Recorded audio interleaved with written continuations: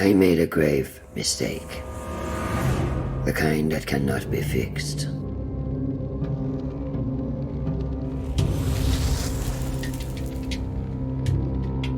It all began with a war between two mighty deities. A conflict with dire consequences. The fighting rent the very fabric of our world. As the crack deepened, it has spread like the grasping roots of a tree. And through that fissure, something terrible escaped. Something unnatural.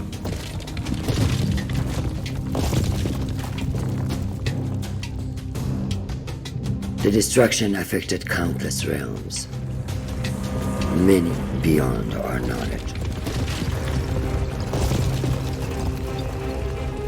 But then, when all seemed lost, the deity created a holy sign, a way to seal the crack and stop the blight. And for many years there was peace. But even an instrument of order can be dangerous if it falls into the wrong hands. I was tasked with giving the sign to the just ruler. But I chose the wrong king, and eventually the repercussions of my failure came to bear. The seal broke. The blight spread throughout Persia. For my failure, I was cast out of the realm of the gods. Imprisoned within the realm of shattered memories and forgotten souls, redemption eluded my grasp. I was weak, consumed by pity, and resigned to my deserved fate. But then, something unexpected happened. A human found me. He too was broken and took pity on a fellow tormented soul. And deep within those strange eyes, I glimpsed something I had lost. Hope.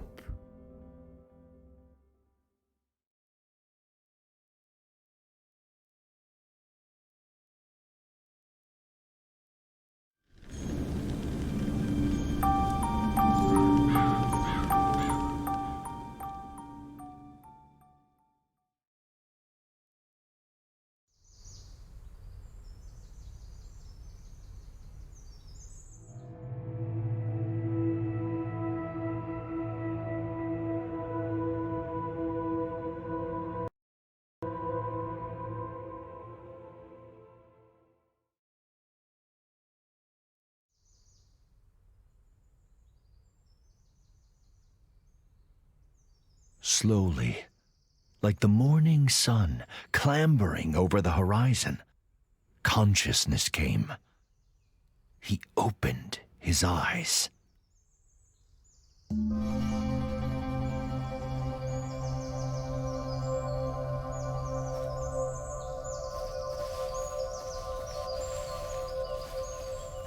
How pleasant, he thought, to wake to nature's song.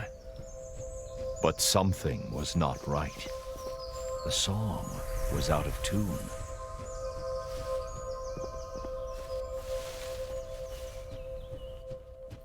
As he navigated the narrow paths, he breathed in the fresh mountain air. It focused his mind.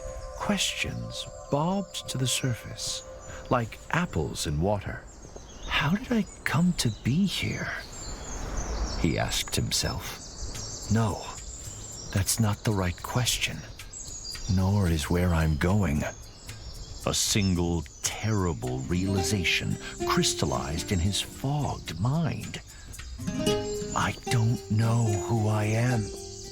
Many stories have been told about poor souls who have forgotten the paths they have trodden.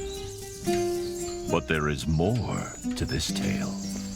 That I promise.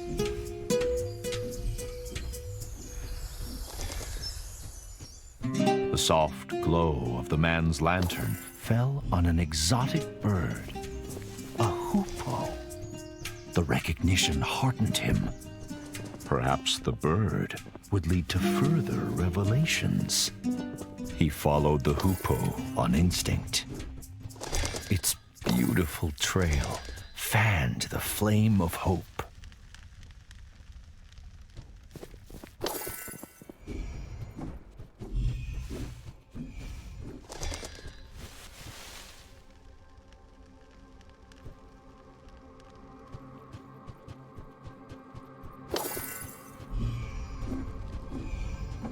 He spotted something glinting among the rocks. Something that called to him.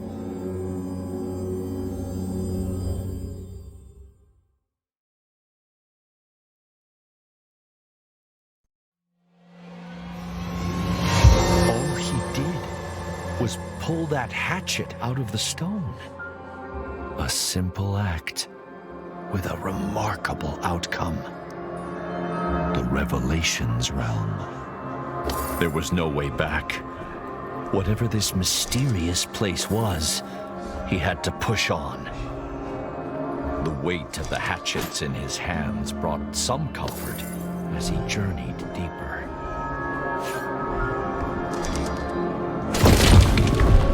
Help me! Who's there?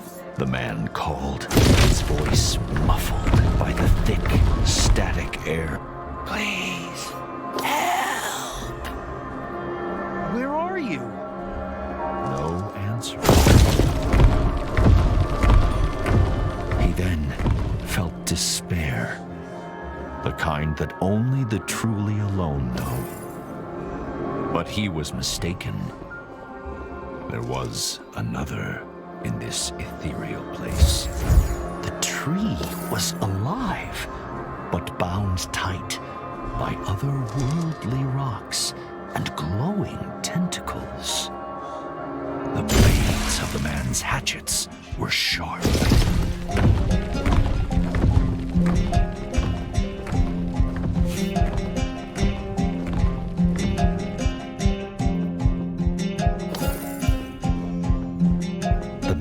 Didn't know if the creature were friend or foe, but he felt its pain and fear.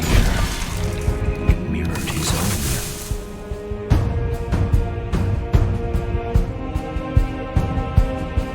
Was freeing the creature wise?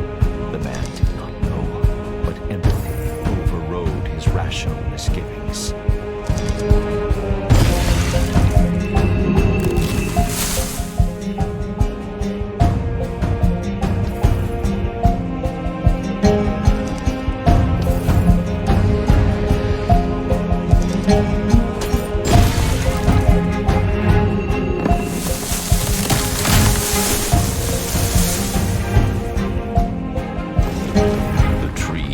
Freed, the man approached.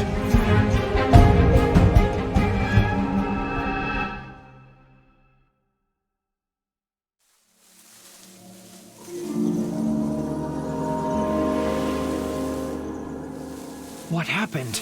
The man cried. Where have you taken me? Calm yourself, human. Did you not want to leave that alien realm?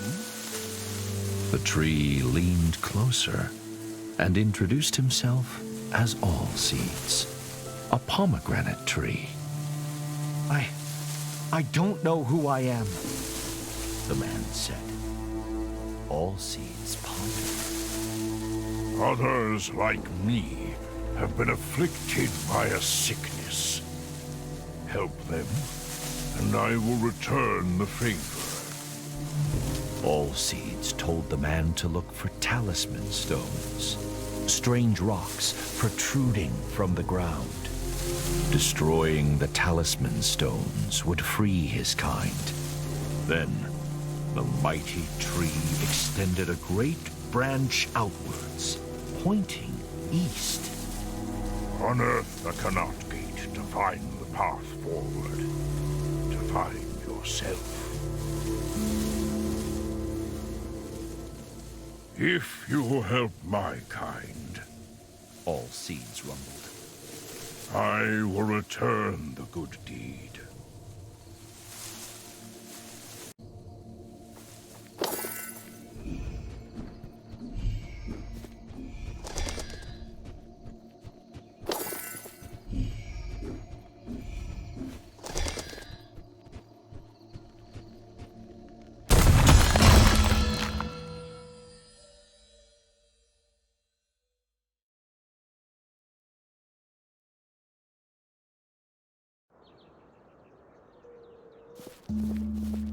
The man could roll under low objects with ease.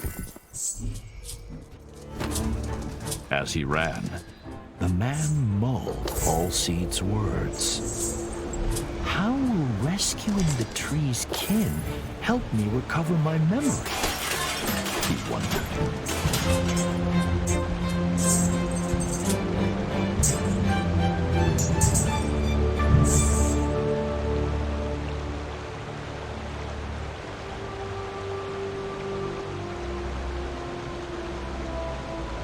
It appeared to be a diary entry, engraved into the stone. But to whom it belonged was a mystery. As he trod the winding path, the man thought about everything that had befallen him. He worried about the nature of the sickness that Allseeds had spoken of. How extensive was it? And how would it manifest itself? Little did he know that the answer to the latter question would begin to reveal itself a few steps further.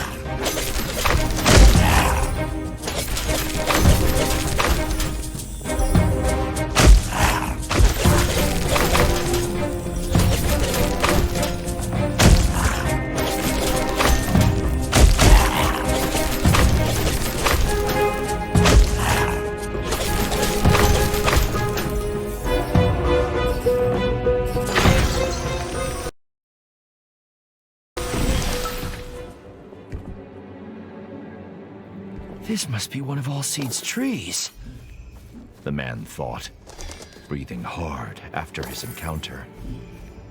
The tree had unfurled its vibrant leaves, embracing all but forgotten sunshine. What were those nasty little creatures? The man thought. Are they tainted by this sickness, or harbingers of it?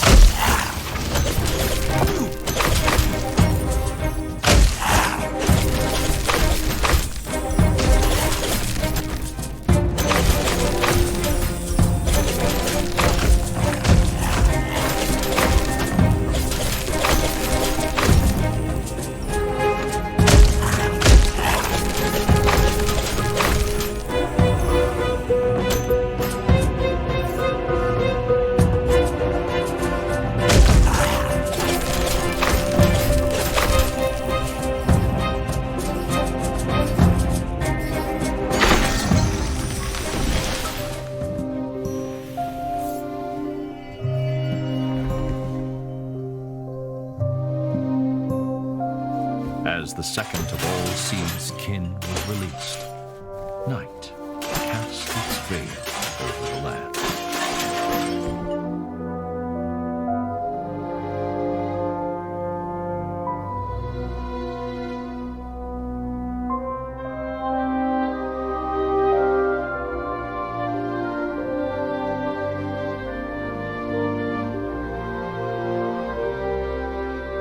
Whoever engraved this may know more about those creatures, he thought.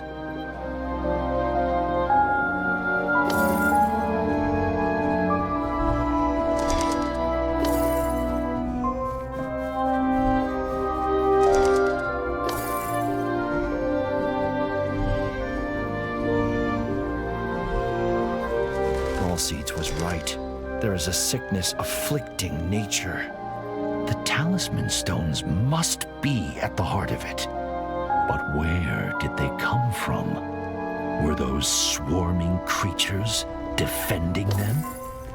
So many questions, so few answers. And still, he didn't know who he was.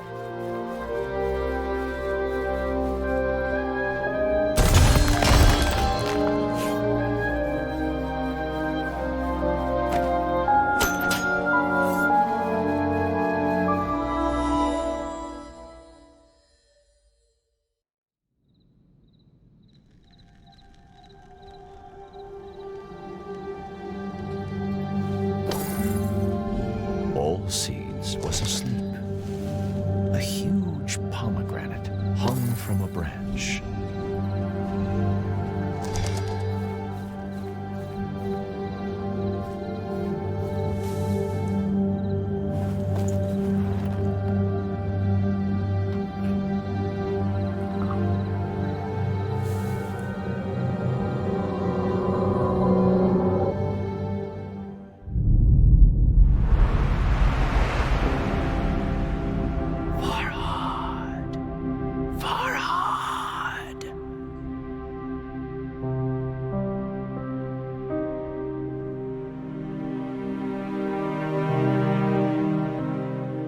The mountain, Farhad.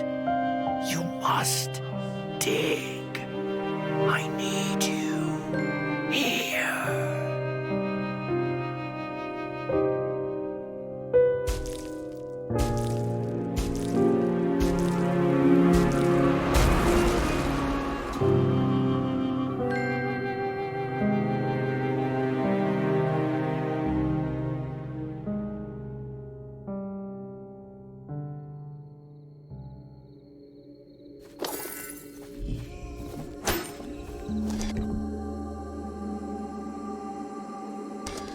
Farhad.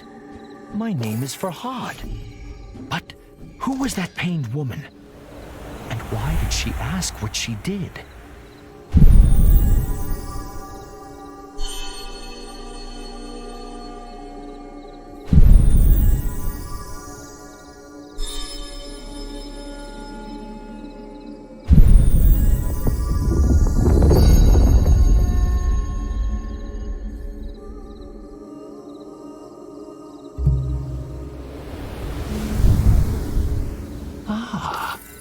Does she want amethystine stones? Farhad wondered.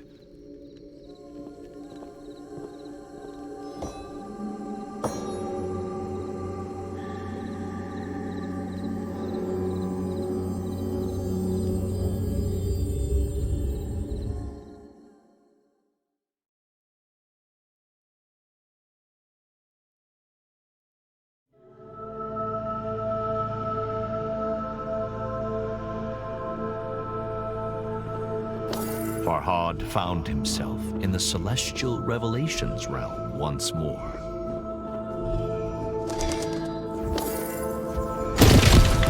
The desperate whisper echoed through the strange starscape, calling, beckoning. Farhad! Farhad! Farhad could hear years of agony in those few words. Help me, Farhad, please.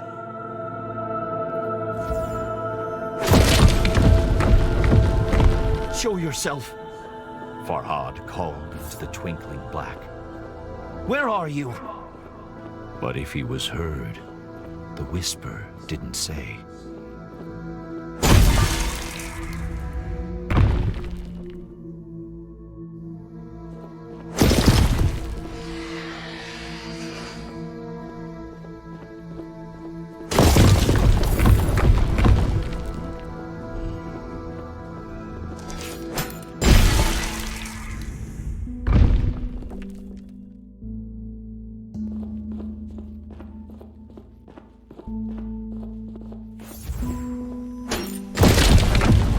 What do these statues mean?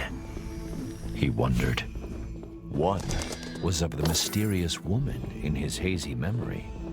She who pleaded with him to come to her. The other, no doubt, was Farhad himself. Was she the key to his past and his future?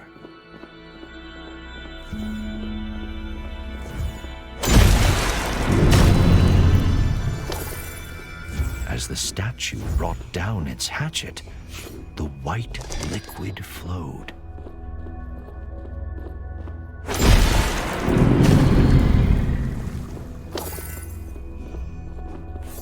Farhad could only hope that soon his thirst for answers would be quenched.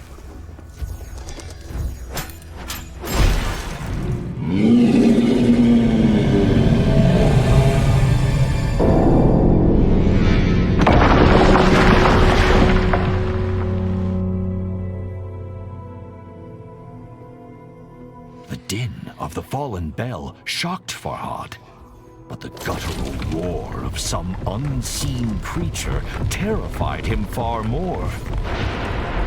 Something sinister was watching, waiting. But Farhad seemed to have one ally. Although Allseed's motivations were shrouded in mystery, he had come once again.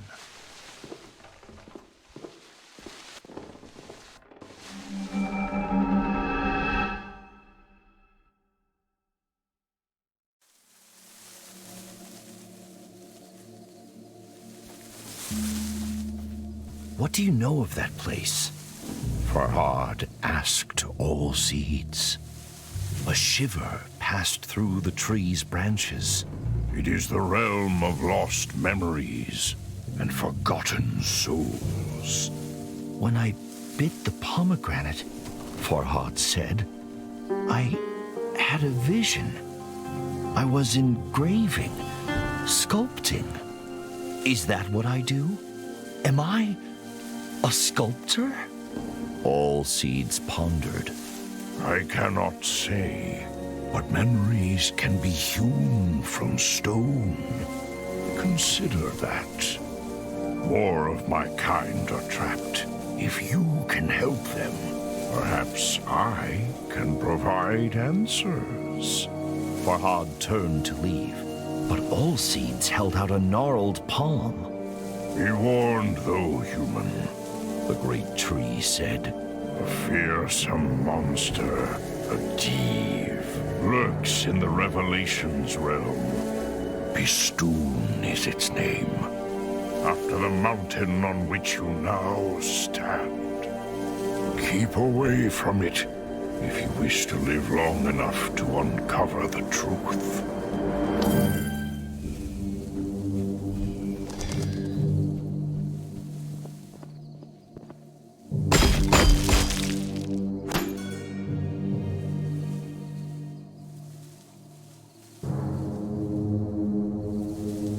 Farhad stood back and admired the engraving.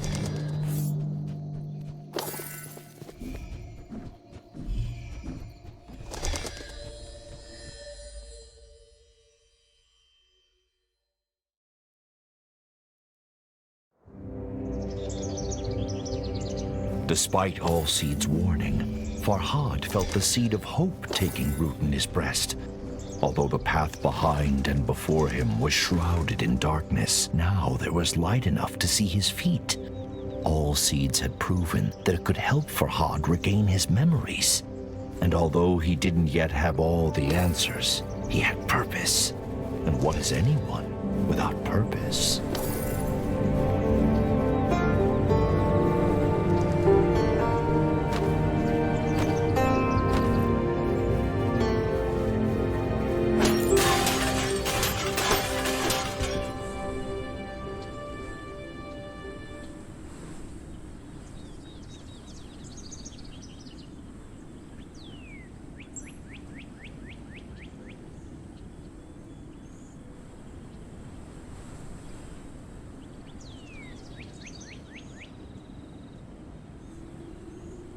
Gulches. A fitting name for the greedy little creatures, Farhad thought.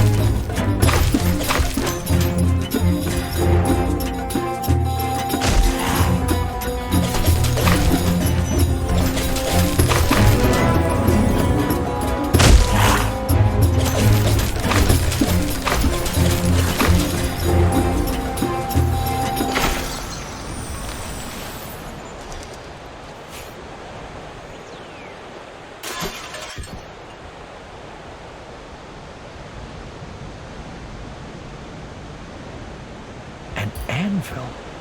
Farhad's smithing skills were no match for his sculpting prowess, but he was confident he could improve his hatchets.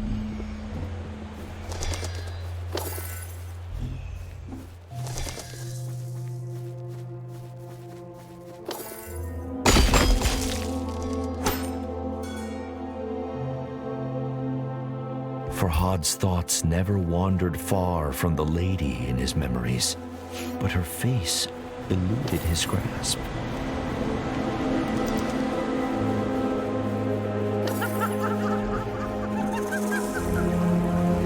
Has such deranged laughter ever heralded anything good?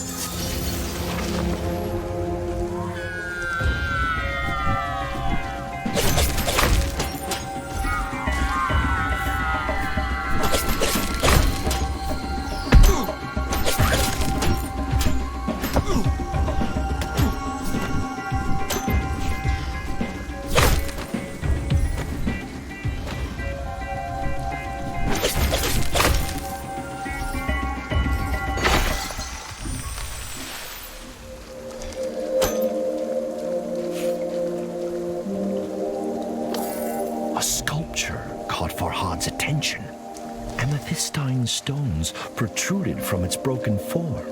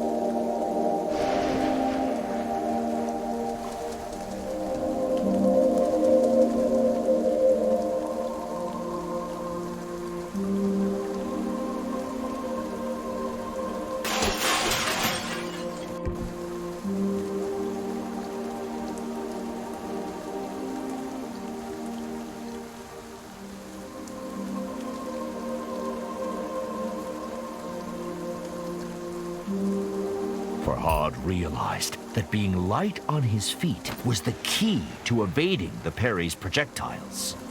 But what new horrors? Oh, Farhad felt a new affinity with his hatchets, as though they were a part of him.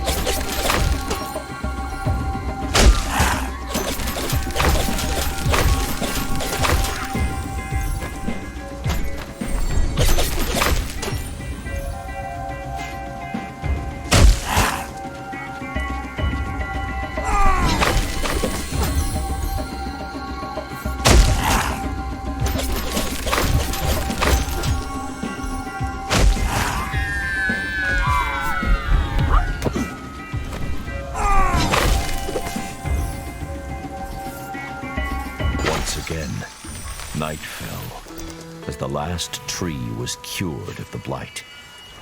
It was time to return to Allseeds.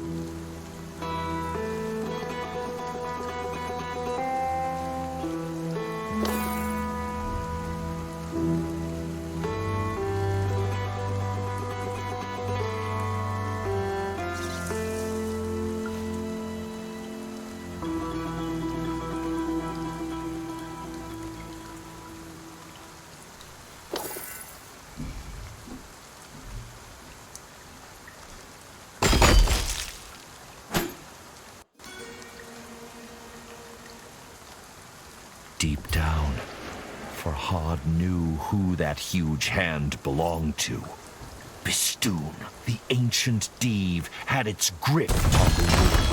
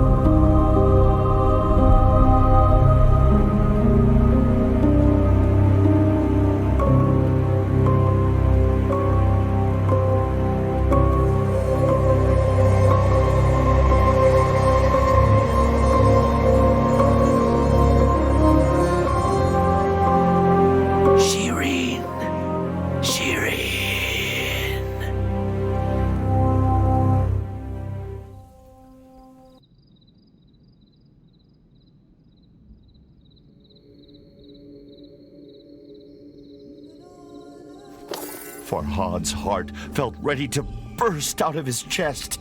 Shirin, the name of the woman he loved.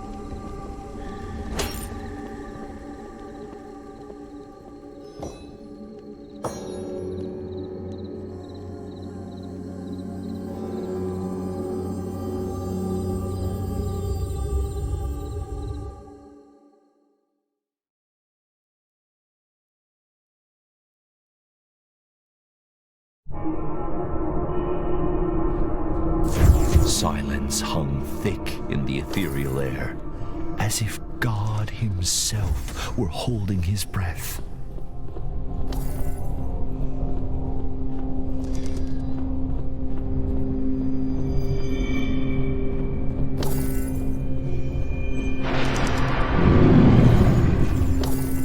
But God had forsaken this place and a demonic creature made it its home.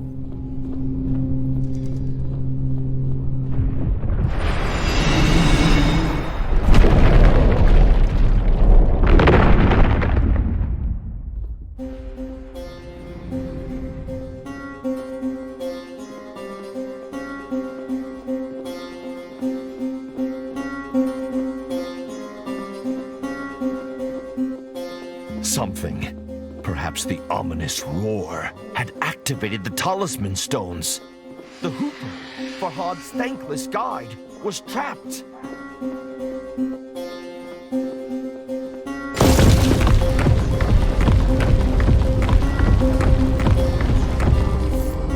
Farhad couldn't help but dwell on Allseed's dire warning. Beware the Div Bistun if you value your life.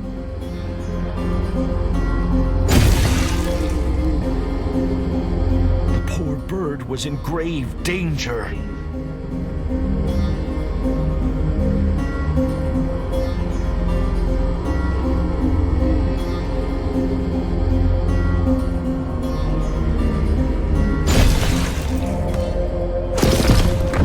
Farhad found his attention drawn to the floating island, pierced by menacing light. He could remember nothing about it, but somehow it seemed familiar.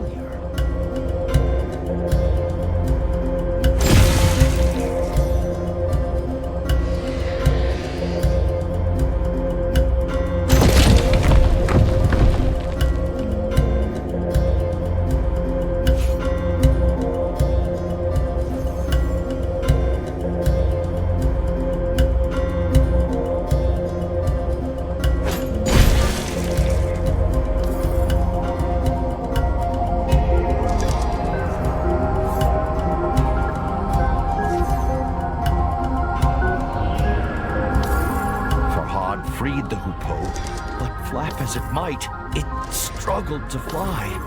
He tried to cradle the bird in his hands, but it evaded his gentle grasp. Perhaps Allseed's embrace would cure the bird of its injuries. If only it could do the same for Farhad.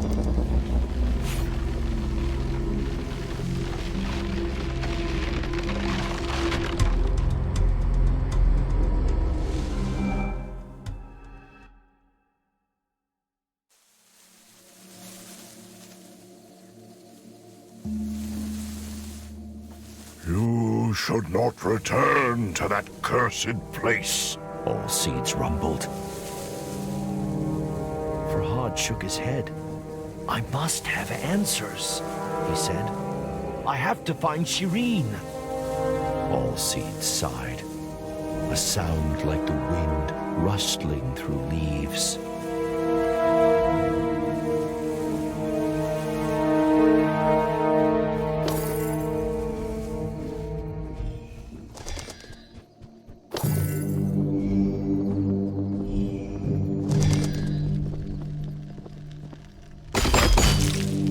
So sorry, Shirin, Farhad muttered under his breath. It pained him that he could ever have forgotten his love. What has done this to me, he thought. 1,000 thoughts and fears vied for supremacy in Farhad's head. But all coalesced into a single burning goal. He had to find Shirin.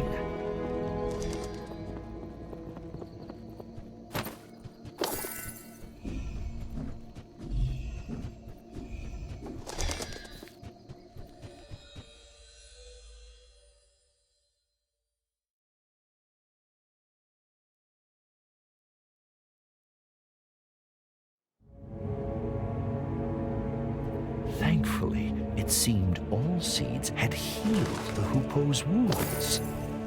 The little bird darted from one perch to another with a grace that brought a smile to Farhad's lips.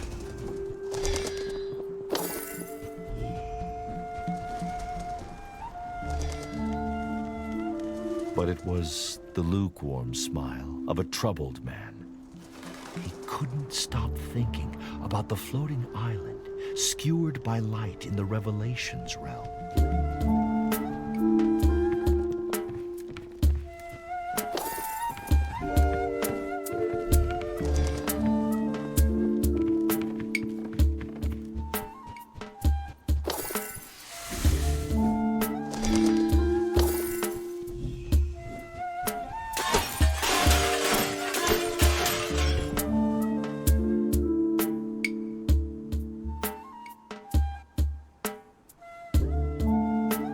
mention of an ancient temple piqued Farhad's curiosity.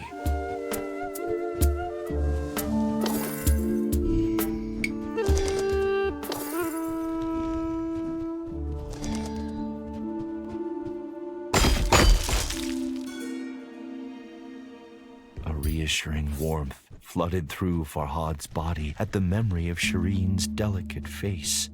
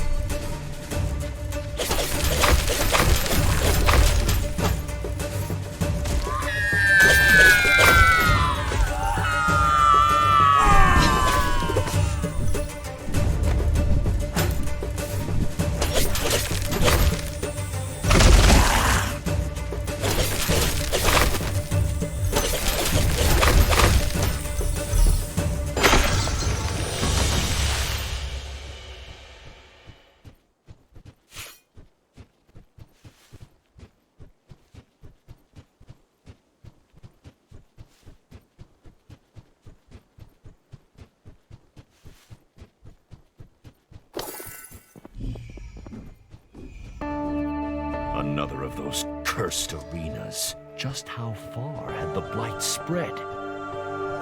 Farhad's resolve.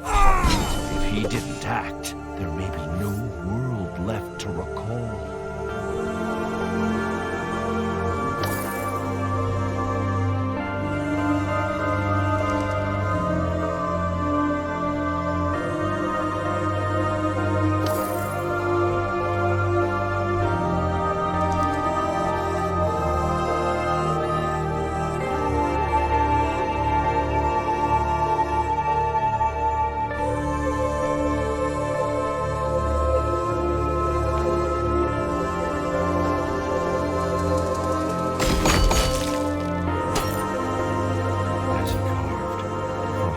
Memories of Shirin grew stronger. He cherished each as the bee treasures nectar and vowed to never forget her again.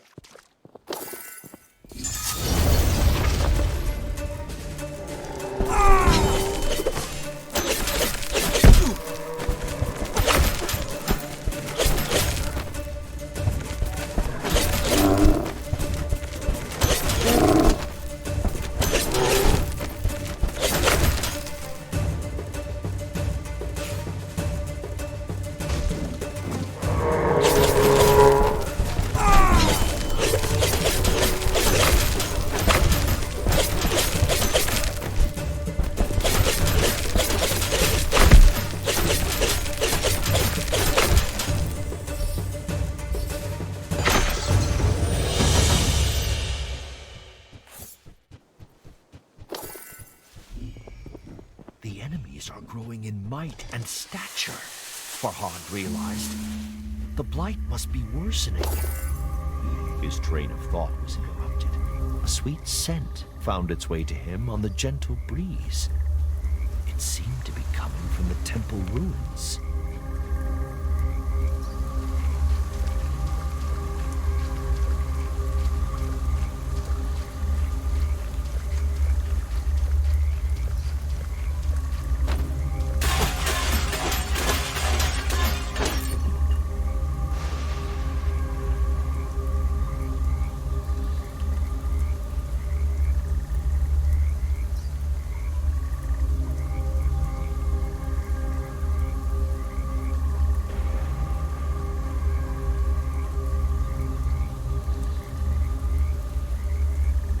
Does the large stone ring the author described hold some power? Farhad wondered.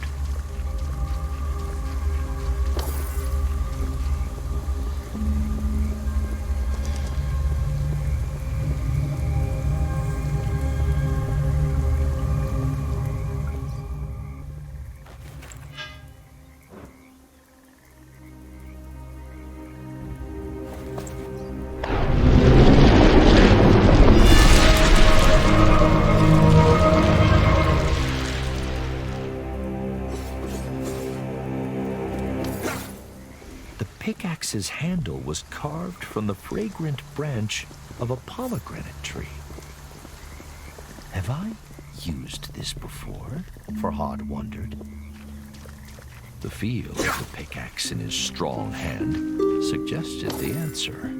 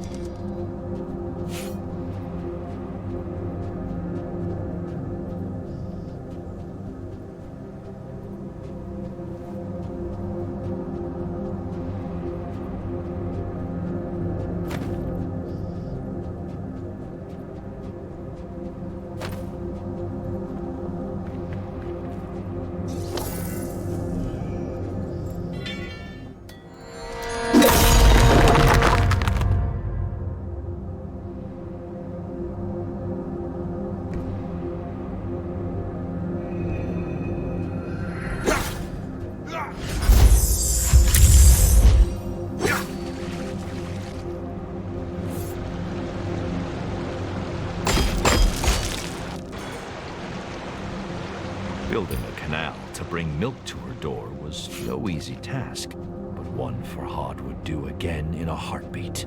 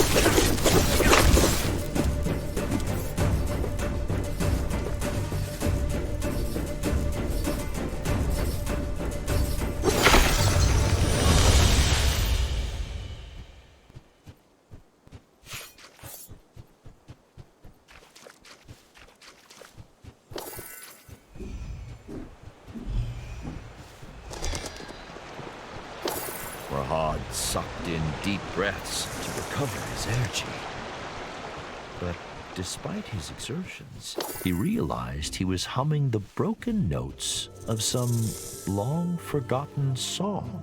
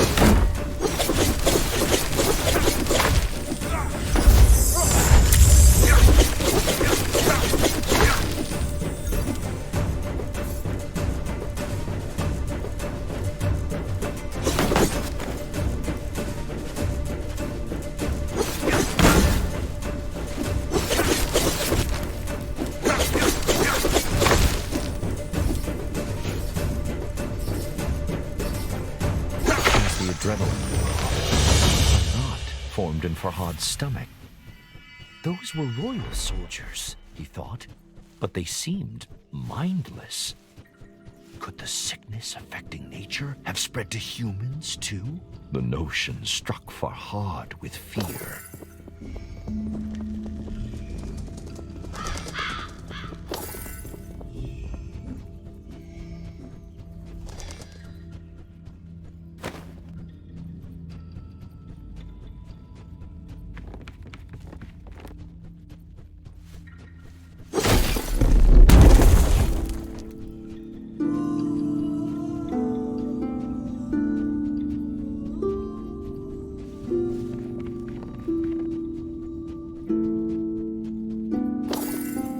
Farhad's fears settled into a crushing depression.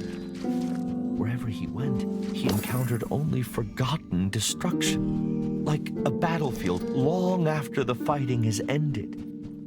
Why is nobody trying to stop this madness? Farhad thought. Perhaps.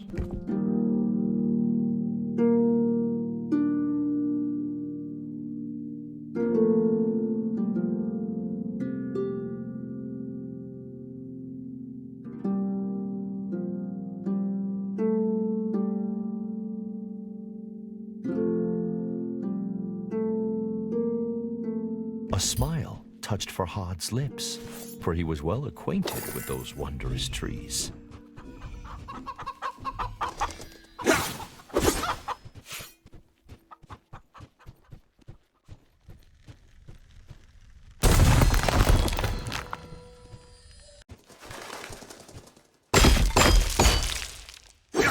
The princess came here from the ancient land of music and peace. Armenia. It was a couple of years before Farhad built the milk canal for her new castle in Persia.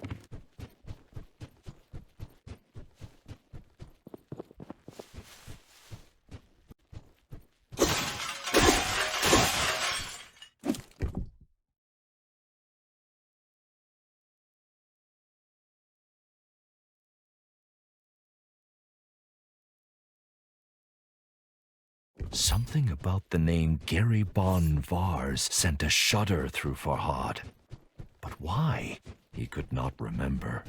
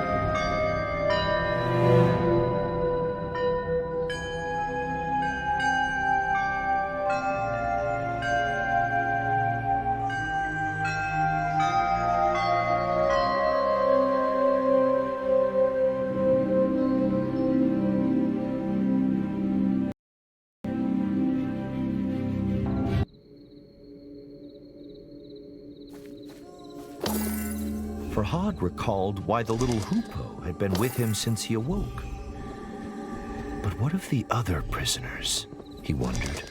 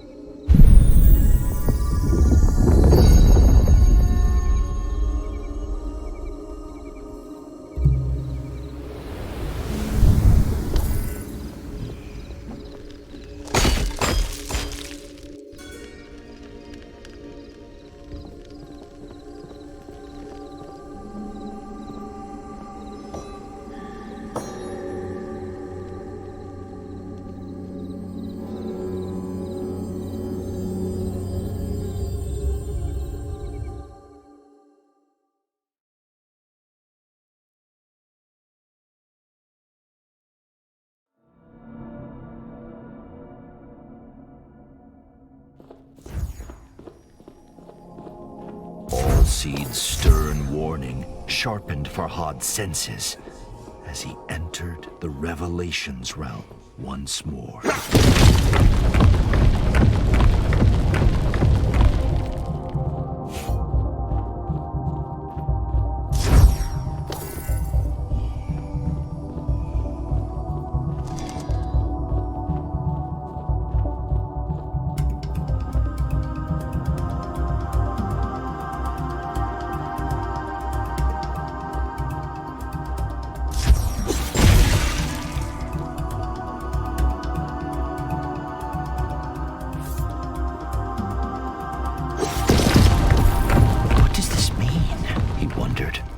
Whisper interrupted his thoughts. Please, my hands.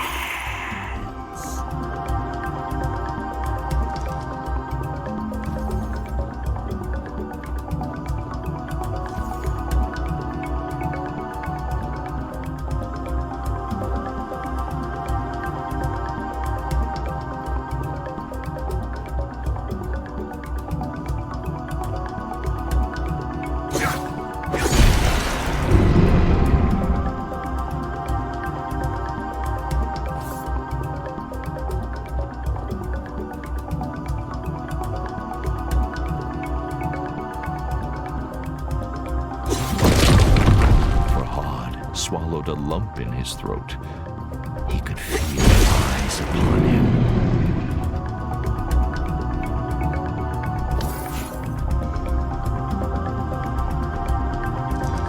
Can't take it.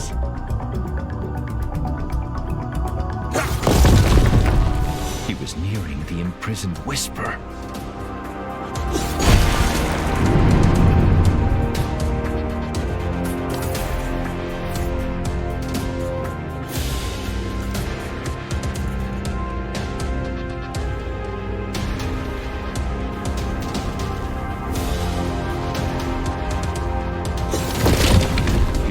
Of Shirin were a raging torrent that swept away his fears.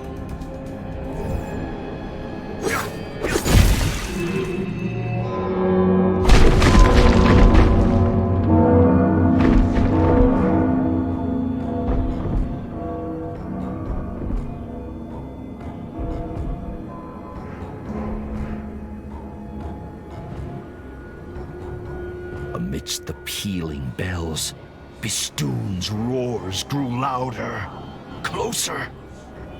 But the fortress of Oblivion beckoned. The path to his love was open, and so he ran.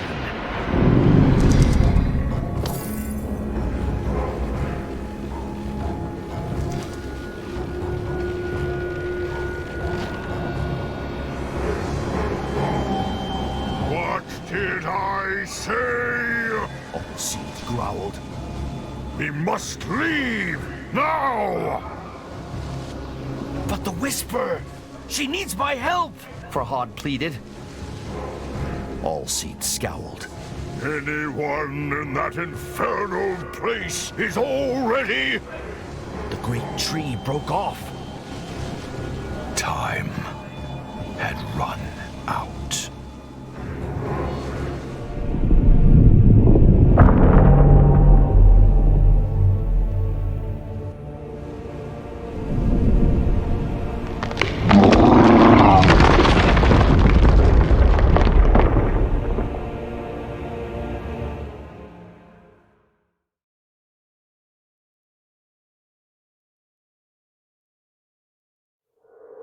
Farhad awoke to darkness, as thick and foreboding as a moonless night. Am I?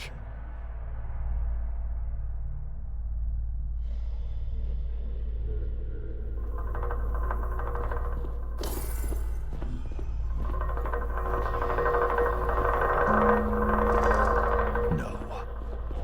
He was still in the Revelations realm, but a forgotten, shattered part of it.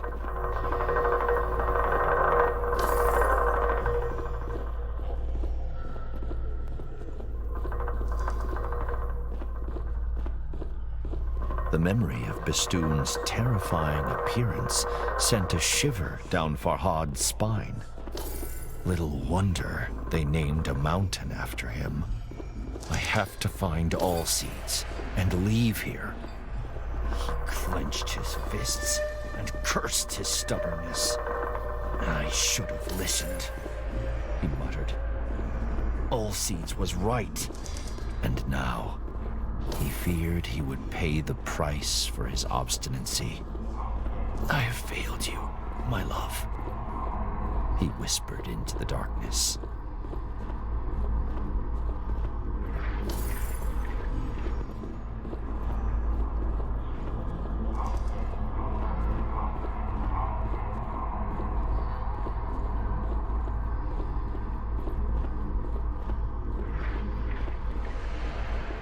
Lost in his thoughts. At first, Farhad didn't notice the statues lining his path.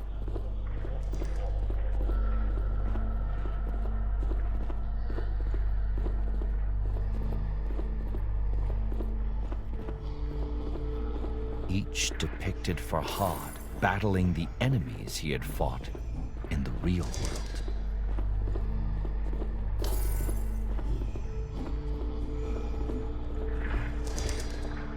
But in every one, the foes had overcome him.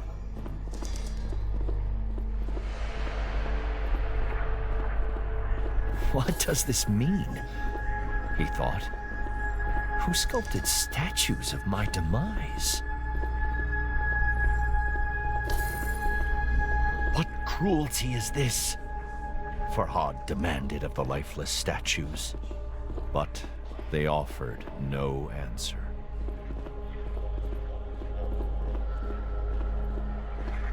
What cruelty? But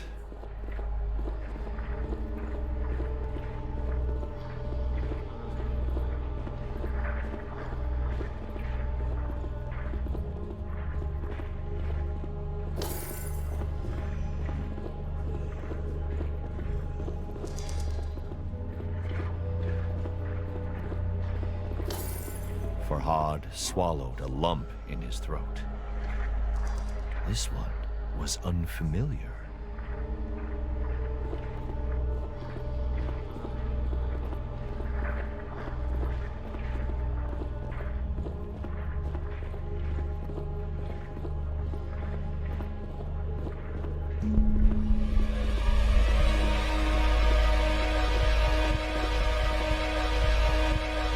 We have to go, Farhad said.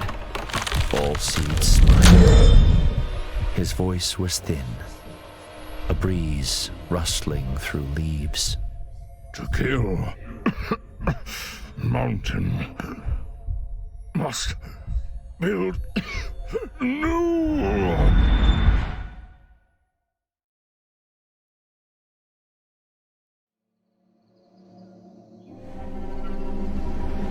Farhad gripped Allseeds' amethystine heart.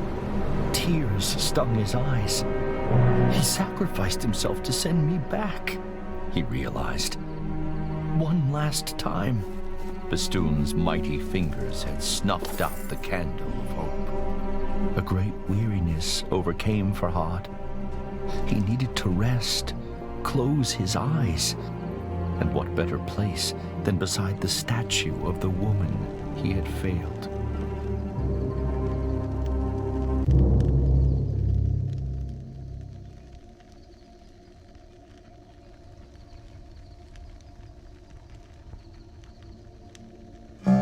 Farhad, wake up. A commanding, unfamiliar voice said, "Wake up and follow me."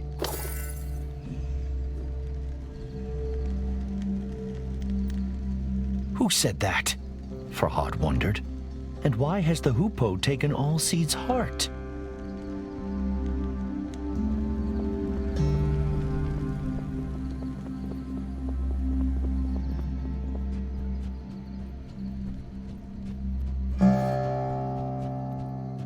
It is good to finally speak to you, Farhad, the hoopoe said. I am the goddess Anahita. Anahita explained that she had been under a spell of silence cast by Bistun. she could speak again with the aid of the magic hidden inside all seeds for so long. The magic contained within his amethystine heart. Of course, Farhad had many questions. "I will explain later," Anahita said. She told Farhad to follow her trail once again. "Build an anvil," Anahita instructed. "Trust me."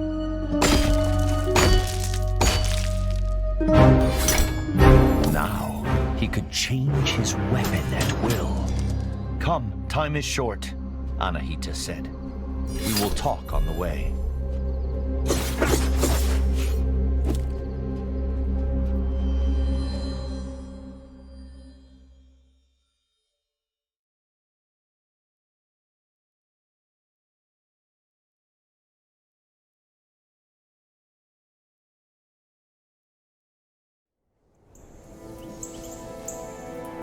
"Where are you taking me?" Farhad asked. The goddess explained what she knew. All Seed's heart was the key to the Revelations realm, to the fortress of Oblivion. But without the tree itself, the heart's magic had waned. "My temple bears a holy sign," Anahita said. "It may be able to restore the heart's magical power."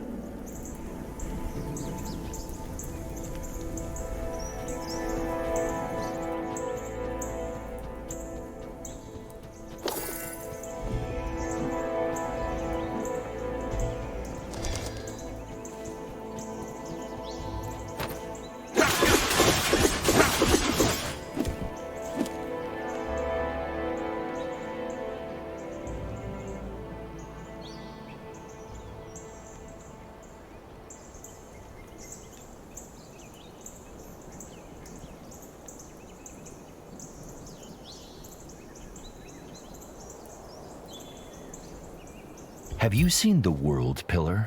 Farhad asked Anahita. "Once," the goddess replied. "An old friend of mine lives in its branches."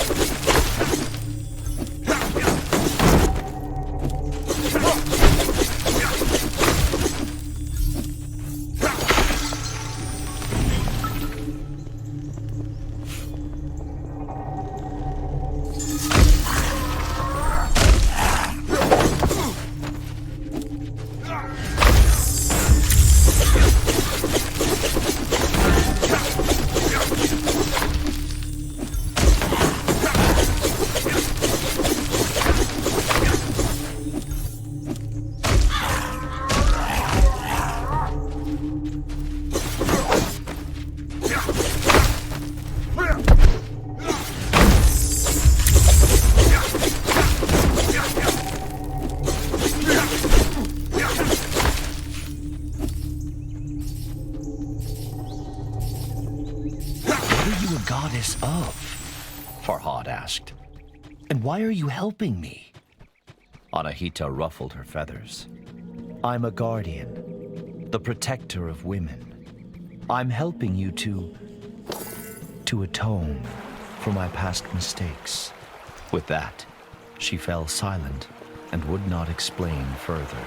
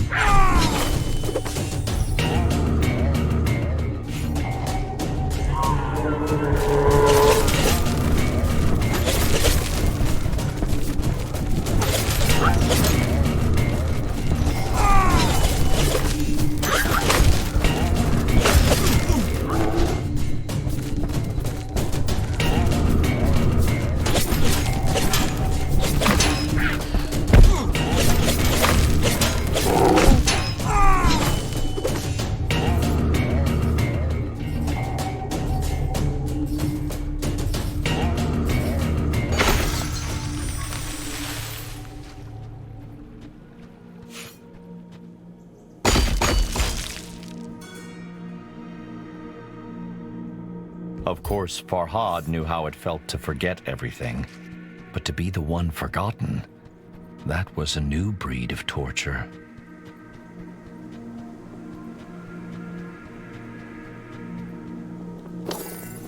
A thought suddenly occurred to Farhad. He asked Anahita if she too had heard the whisper in the Revelations realm. "You're not insane, if that's what you're asking," she said.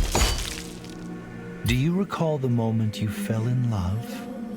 Anahita asked. "It was when she gave me her earrings for building the milk canal," Farhad said. "I had not dared hope her kindness could match her beauty."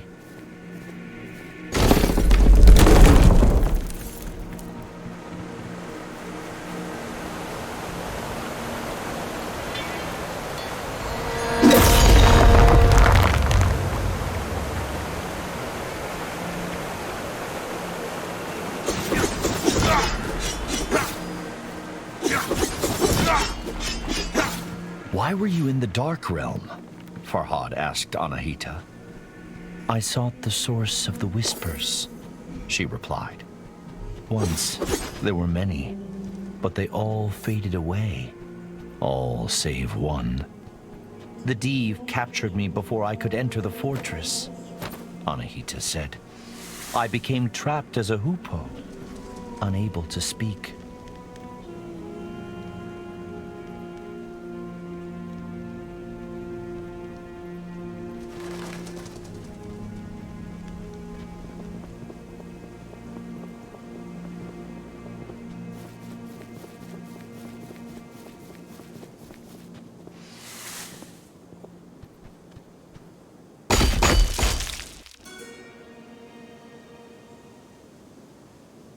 "Anahita, do you remember my eyes when I rescued you?"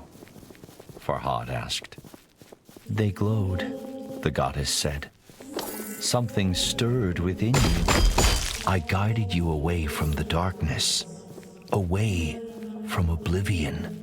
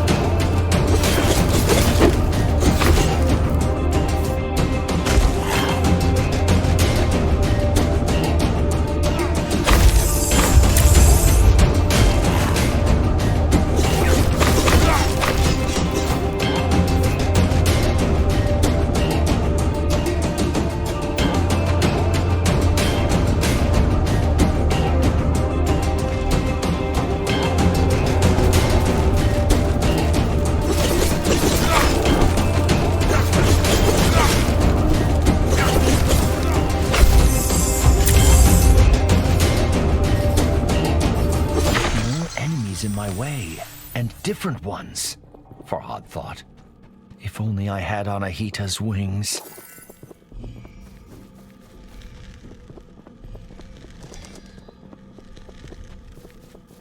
Farhad asked Anahita what she meant by atoning for past mistakes. The goddess sighed.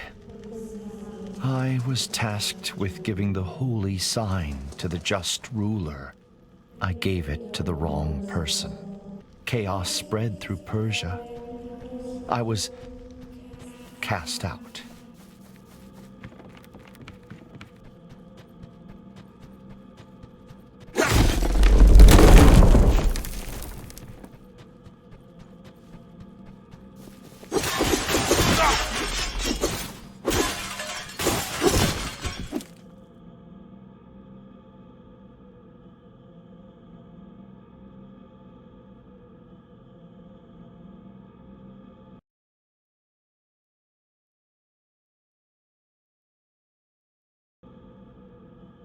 So he called the rock-throwing creatures Velgard, Farhad muttered.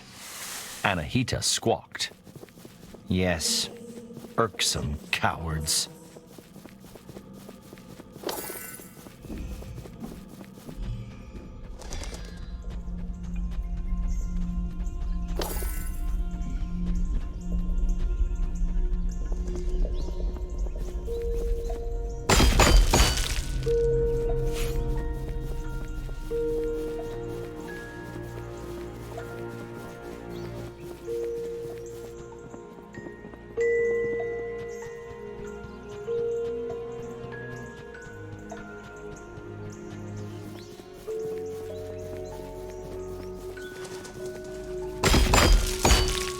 Did you tell her how you feel? Anahita said. No, but I... Farhad stuttered and felt his cheeks burn. Anahita's sigh spoke 100 words.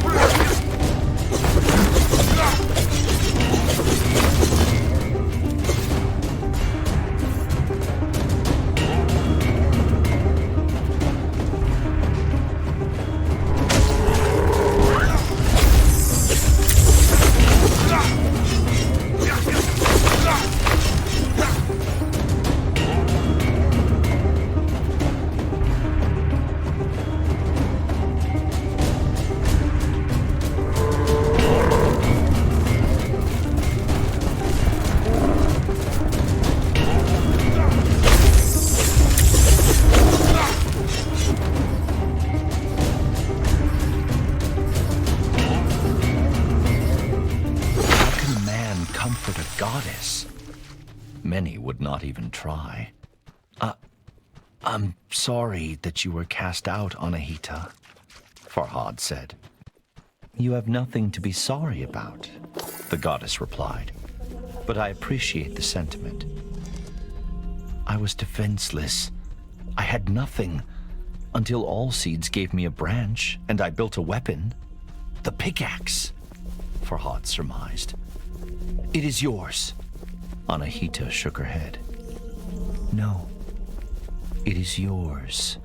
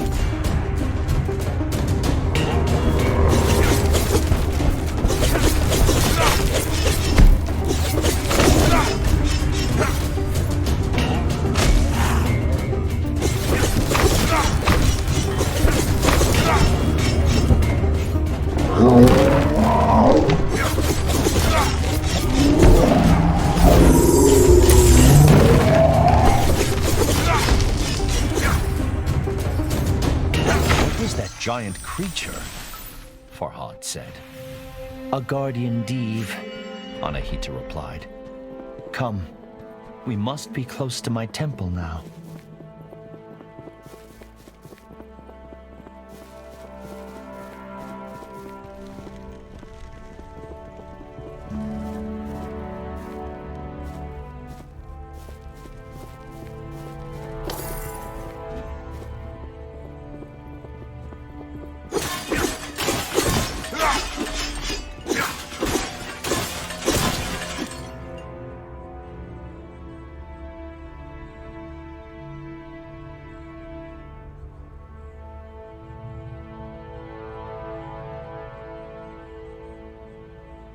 Ha!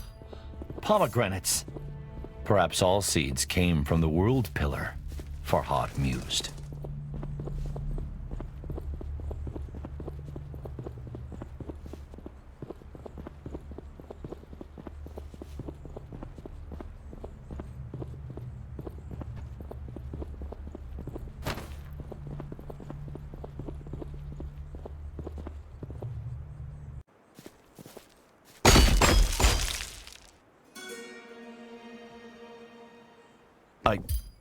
I don't think I have thanked you for your help, Farhad said, shame burning his cheeks. When all seeds died, I lost all hope. I thought my journey was over. Anahita cocked her head and stared at Farhad. You have been through much, the goddess said. But I fear many trials still lie ahead. Farhad gazed upon the sigil with wonder and fear. Is that the holy sign? Yes and no, Anahita said. I built this one of many. It is based on the design that Ormazd gave me. Ormazd was not a name Farhad was familiar with. Ahura Mazda, the Lord of Wisdom, Anahita clarified. Suddenly, Anahita spoke with great fervor. Now my temple is safe.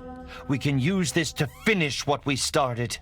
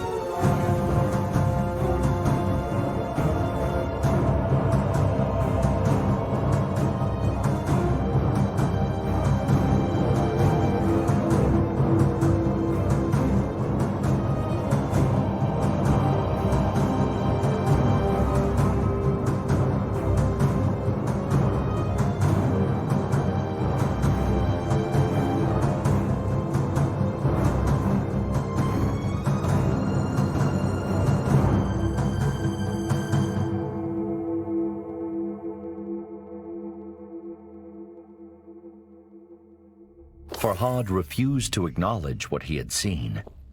He thought he must be mistaken. It appeared that he had already been to the Fortress of Oblivion, but he had emerged alone. How could I have left Shirin to her suffering? He thought. Guilt took hold.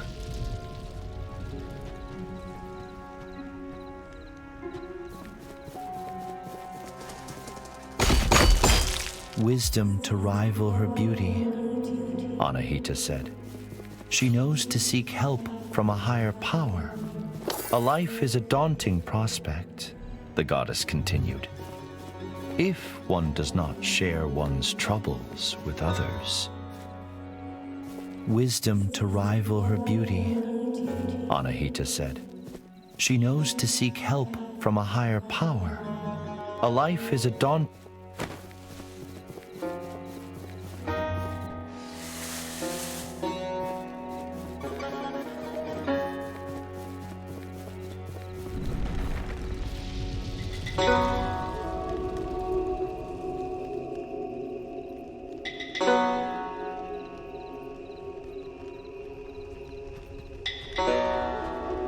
Farhad furrowed his brow. Should we not have gone to the Revelations realm? He asked. Yes, Anahita replied. But the holy sign revealed something unexpected. Allseed's heart was a memory stone. It holds a memory like a sponge holds water, Anahita explained. Like the ones you have excavated in Mount Bistun. But the engraving on Allseed's heart was incomplete. They needed to find the last temple to fully restore the memory.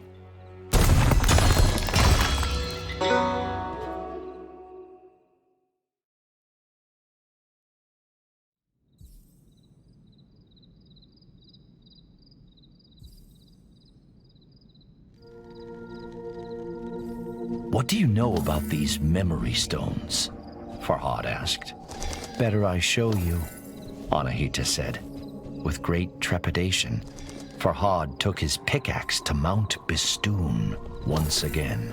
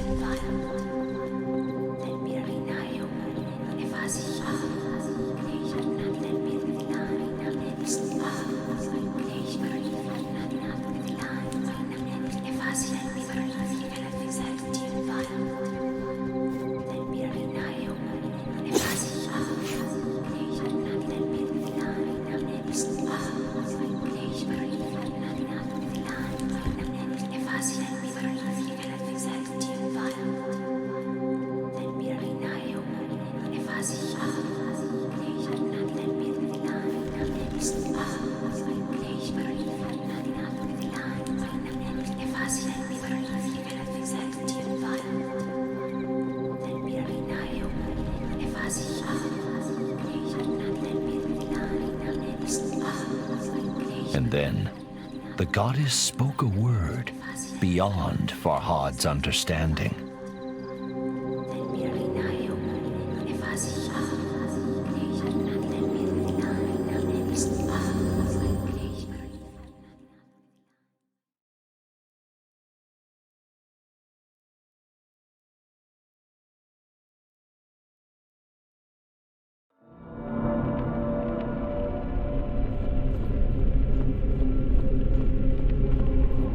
Returning to the Revelations realm brought a lump to Farhad's throat. Dread shuddered down his spine. We shouldn't be here, he said.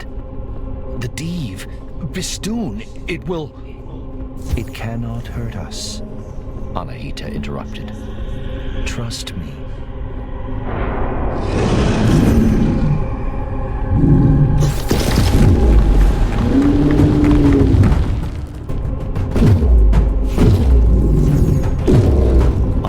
Was right. Bistun pounded against the red mist, but could not force its way through. Anahita became animated. I have found the key to the memory stone, she said. She told Farhad that a single word was engraved on it, only visible in the Revelation realm's strange light. Oblivion. What does that mean? Farhad asked. It is the key to Allseed's heart, the goddess said. It is where our friend now rests.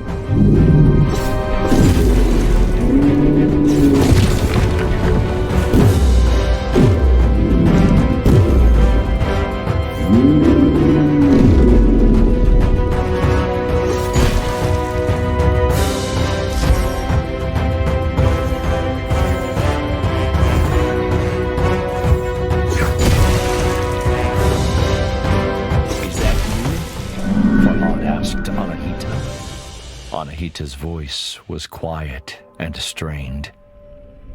Yes, this is the memory of my imprisonment.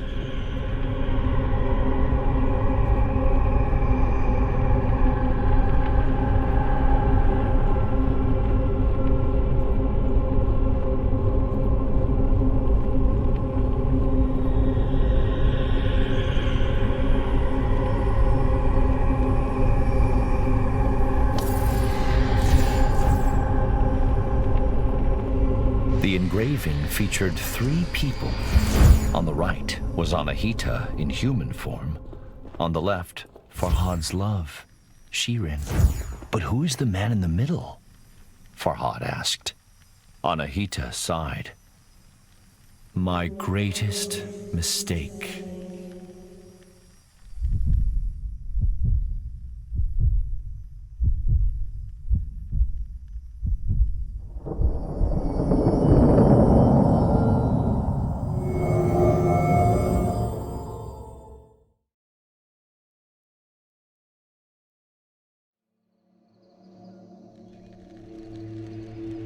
Farhad staggered as the earth growled and shuddered beneath his feet. The beast, caged for now, was banging on the bars with blows so mighty they crossed realms. We have Bistun's attention, Anahita said. You must confront it. I'm not ready, Farhad said. How can I defeat such a creature? Anahita spread a wing. Look around. Look at what you've created. How far you've come. There is greater strength inside you than you care to acknowledge. Fear is inevitable, but you must not let it control you. If you do, then you have already lost. Follow me, Anahita continued. I owe you answers.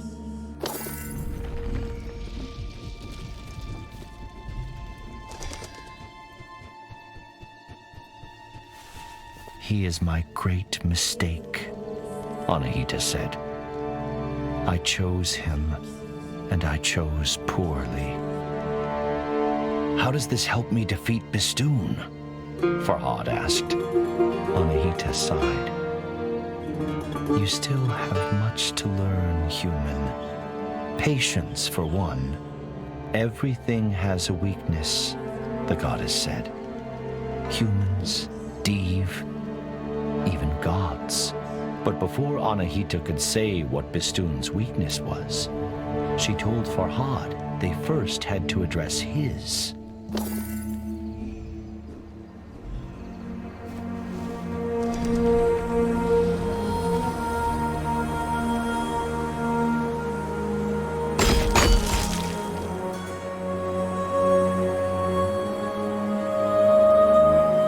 Guardian Div, the usurpers of my...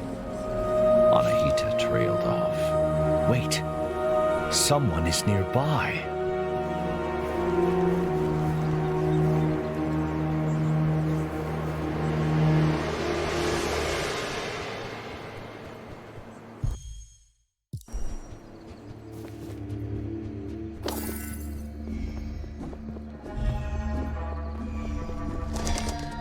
Farhad blinked. His jaw dropped. He couldn't believe who stood before him.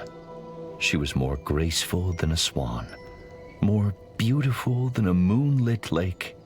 Farhad knew he should have felt only relief at seeing Shirin safe. But to his great shame, his happiness was tinged with chagrin. He had dreamed of saving her from imprisonment, yet here she stood. How did you escape? Farhad eventually said, his voice trembling. Escape, Shirin said, with furrowed brow. Why would I need to escape my castle? I have been there since you built the milk canal. But, you whispered to me, Farhad began. You are not well, Farhad, Shirin said. I have come to plead with you to stop this madness. But Shirin, my love, I do all this for you. Shirin cast down her eyes. I am sorry if I have misled, but you must know, I do not love you.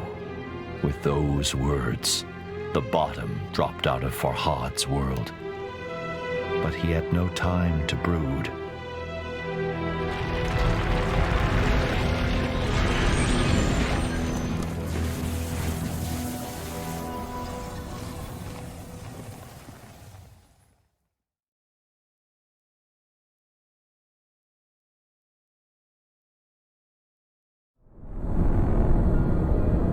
Hurry, Anahita said. She is in grave danger. Forget her harsh words. Prove that you are worthy of her affection.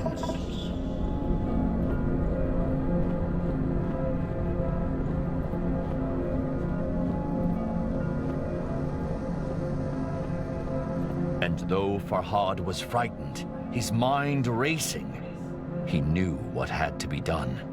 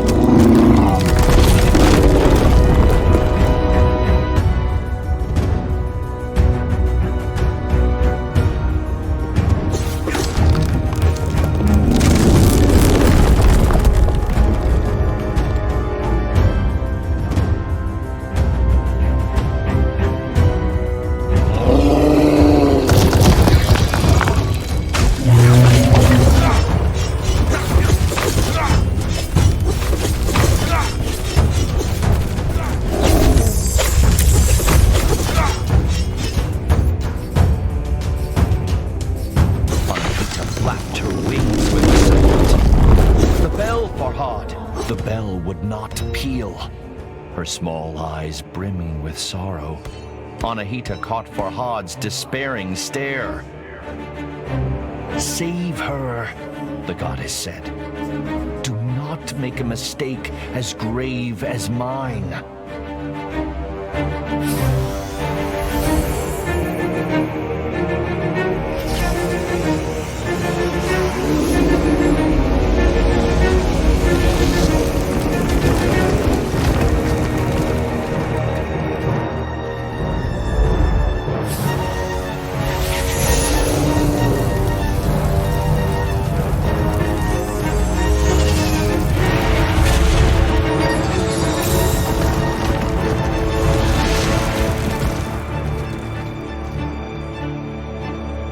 Anahita fought hard, but could not withstand the Diev's might. Farhad wept, for he had lost another friend to Bistun. Despite Shirin's cruel rebuff, Farhad longed to help her, but he could make no sense of her injuries. He gripped Allseed's amethystine heart as the drowning man clutches the rope. I failed you, he whispered to the stars. Please, show me what to do. And then, a memory floated to the surface. A single word, oblivion.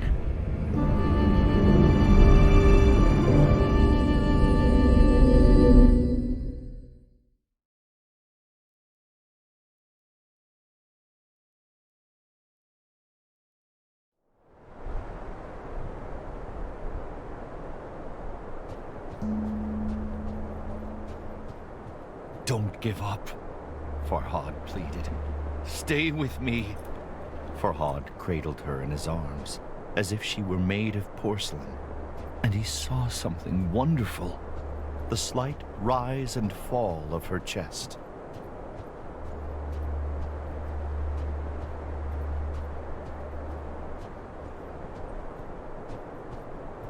I will take you home, Princess, Farhad whispered. The rain ran down his craggy face in rivulets, masking his tears.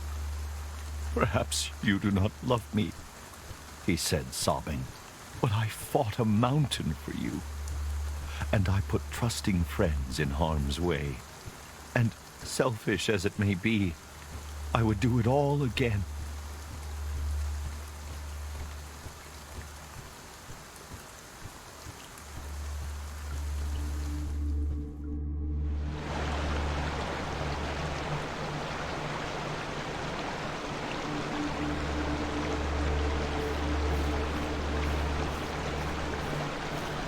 As Farhad walked, Shirin started murmuring. Farhad leaned close. She whispered but a single word. Khosrow. Suddenly, it all made sense to Farhad. The stone carving. The two were the perfect couple. The king of Persia and the princess of Armenia. How could a lowly sculpture question such a union?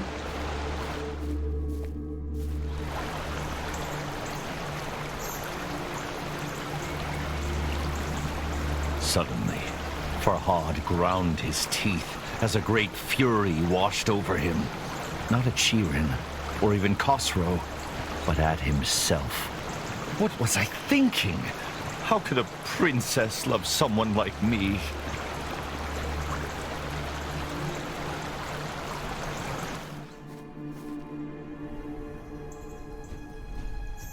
But it doesn't do to wallow in self-loathing. And other questions wormed their way through Farhad's anger. If not Shirin, then who does the whisper belong to? How could he defeat Bistun and enter the fortress of oblivion? Why even try now? Farhad was ashamed by his selfish musings. What happened to Anahita? He thought. Does she need my help?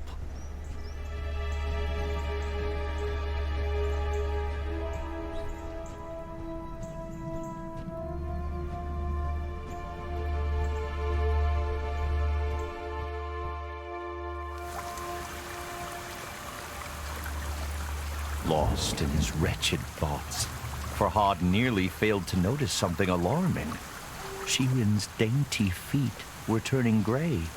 I can't feel my legs, Shirin mumbled. Shh, be at peace, Farhad reassured her. You will be all right, as Anahita was. Shirin furrowed her brow. Anahita? Farhad swallowed and drew in a deep breath. She is your guardian. She risked everything to help me. He trailed off with a hoarse croak.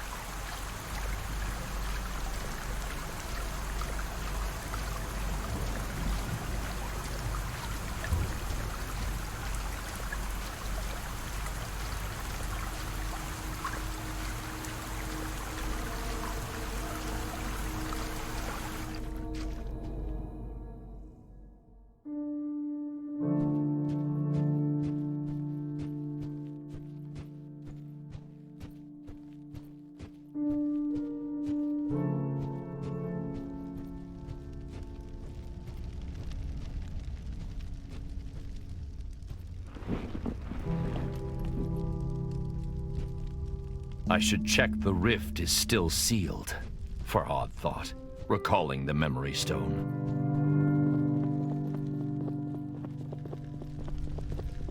What does the statue hold? Farhad wondered. Greetings, Farhad. My sources tell me you are a man of your word. Perhaps I should be impressed, but reports of your engravings give me cause to question your sanity. I had thought that when Princess Shirin herself revealed that she does not return your love, you would cease your efforts. If you must persist, so be it. I will not stand in your way. Just remember that I require complete, unhindered passage through Mount Bistun. Only then will I grant you your wish. Know that I have sent my best horsemen to bring the princess home. In the meantime, You are responsible for her safety. Your king, Khosrow.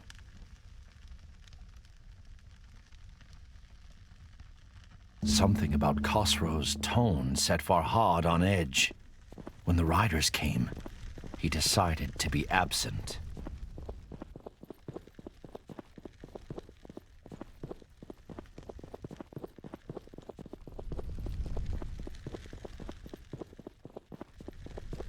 Greetings, Farhad. My sources tell...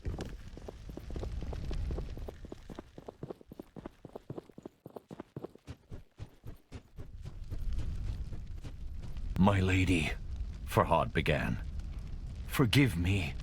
I could sit here by your side for 100 years, and the gentle rise and fall of your chest alone would sustain me. Farhad swallowed a sob. But I cannot stay. Anahita, the one I mentioned. I must find her, but do not be afraid. The king's men approach like thunder. You will be safe with them. Safer than you ever will be with me. And with that, he gently kissed his love on the forehead and resigned himself to never seeing her again.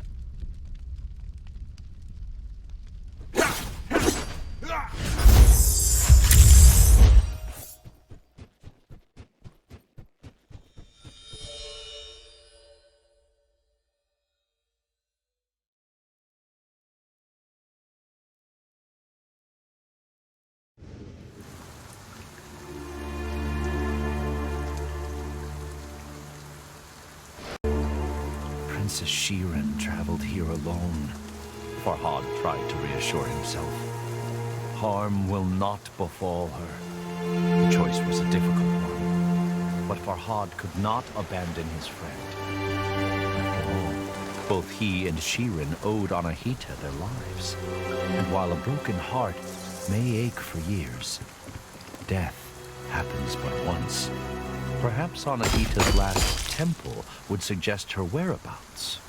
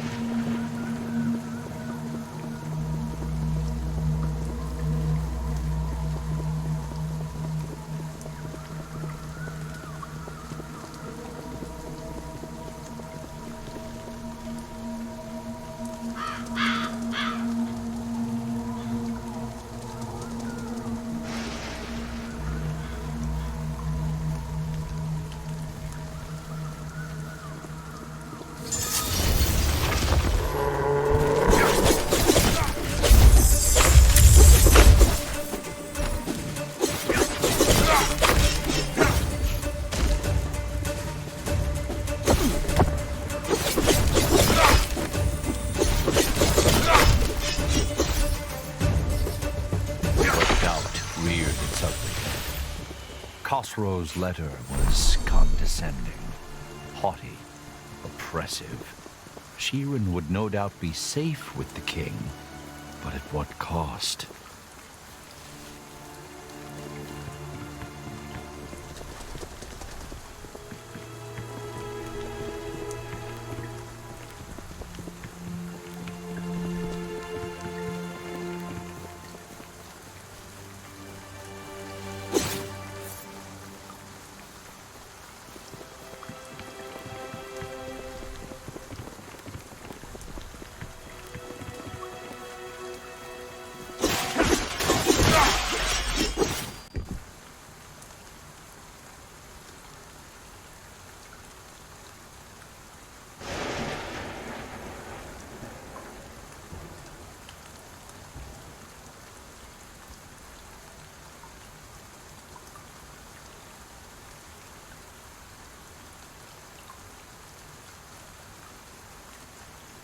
Farhad's fingers brushed Allseed's heart. So that is how you came to be, old friend, he muttered.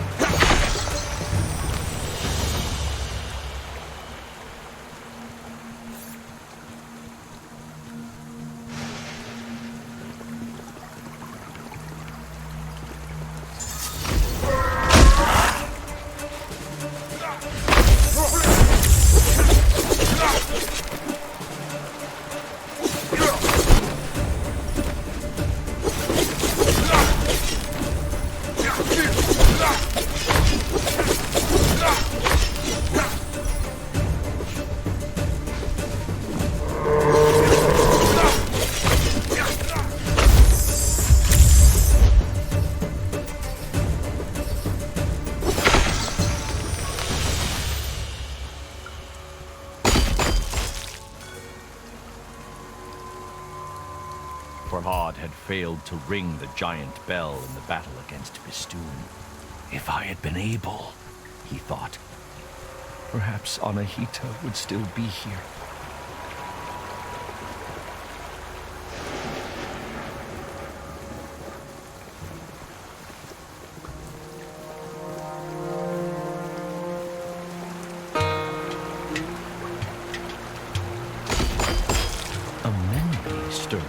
As Farhad stared at the smooth, gray stone of Shirin's statue, her foot, her skin was turning to stone.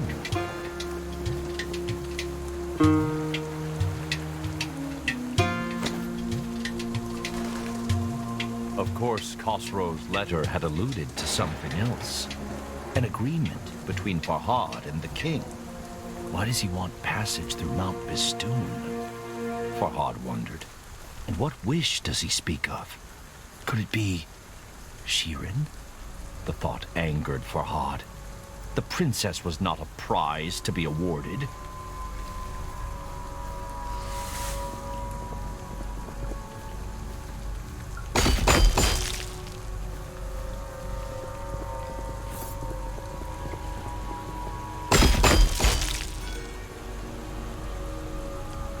Farhad feared the worst. Deve was mighty and terrifying. And if Anahita had overcome it, why hadn't she returned?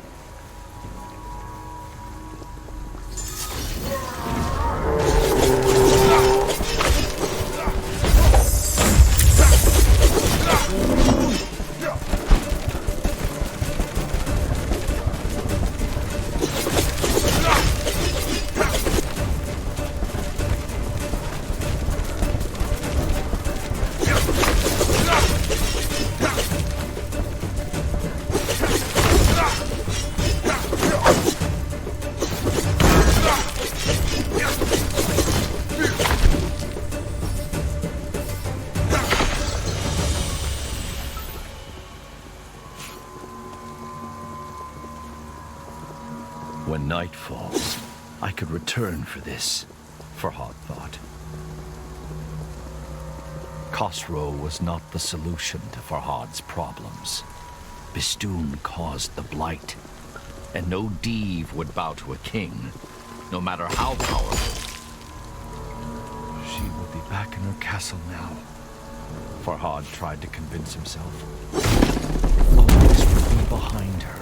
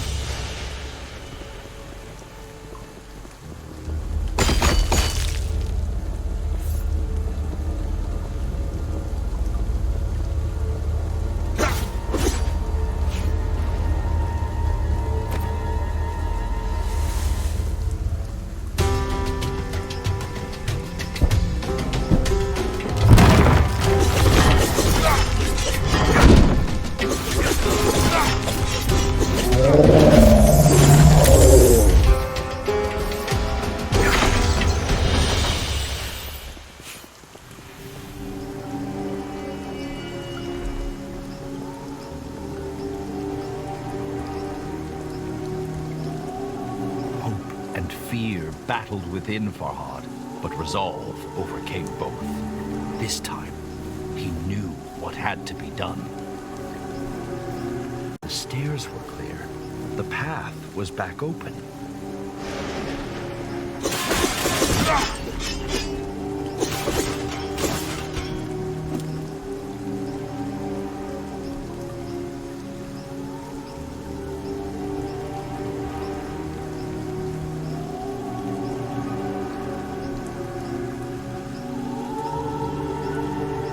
Every realm? Farhad thought. If there are more, are there other Deve?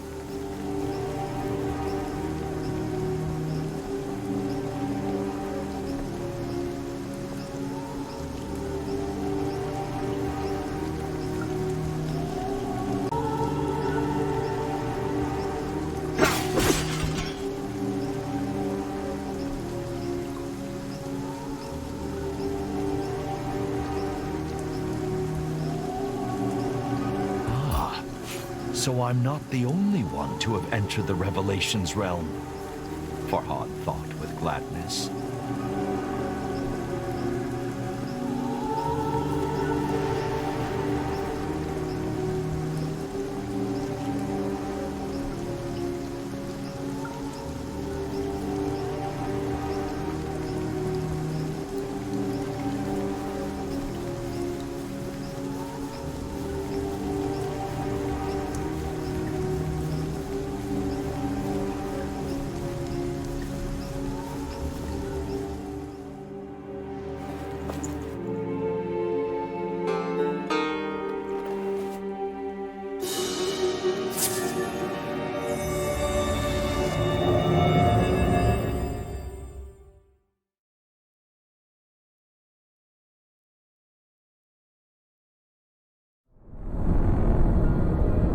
Visit a strange place often enough, and it soon loses its mystique.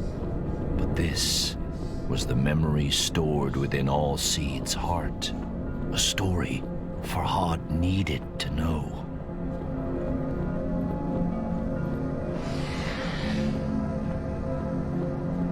What is this for? Farhad wondered. It looks like some sort of mold. Looks like some sort of mold.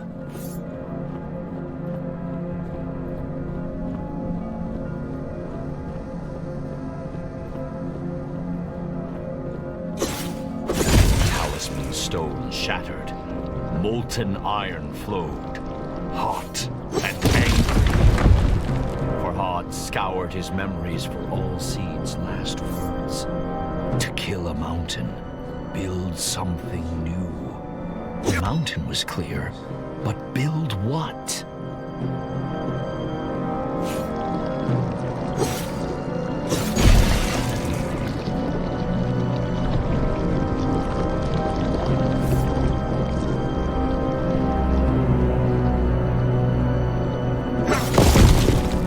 Why would all Seeds have a memory of a smithy? Farhad thought. After all, fire and trees do not usually well mix.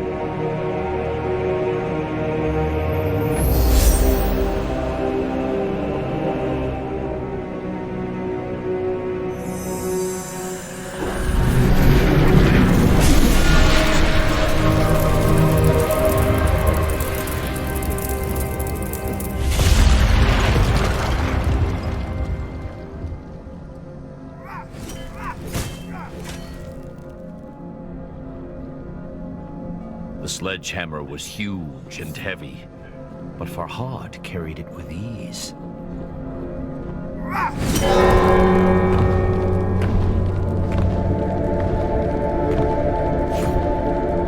As he rounded the corner in the floating path, a gasp escaped Farhad's lips. Shattered remnants of his friend hung suspended in the air, unmoving, cold, lifeless.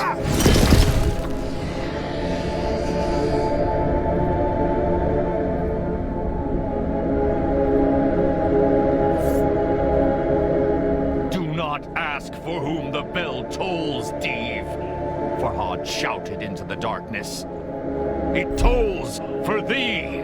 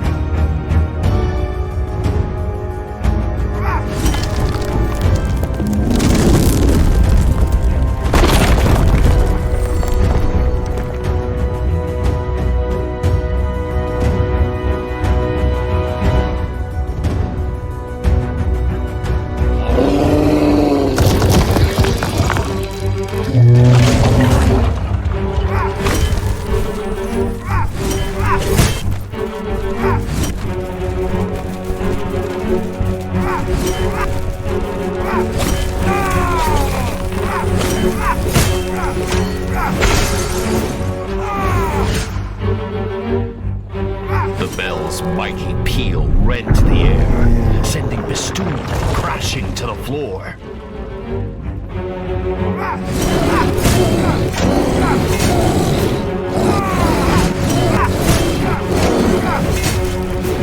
This is for my friends! Farhad cried.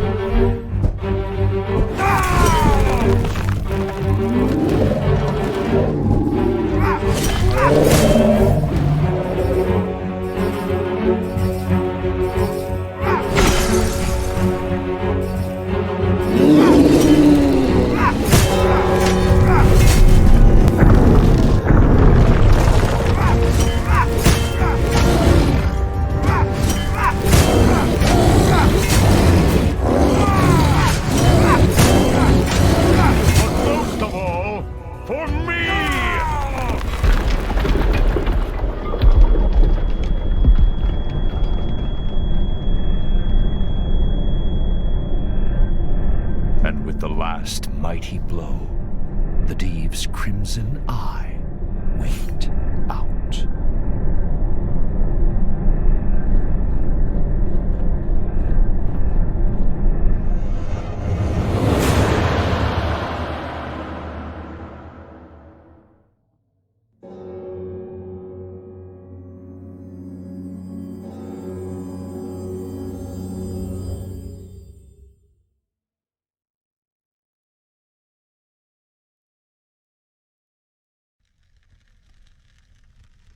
The storm within Farhad's heart rivaled the one that rent the dark skies.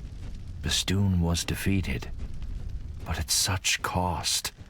He felt more alone than he had ever felt before.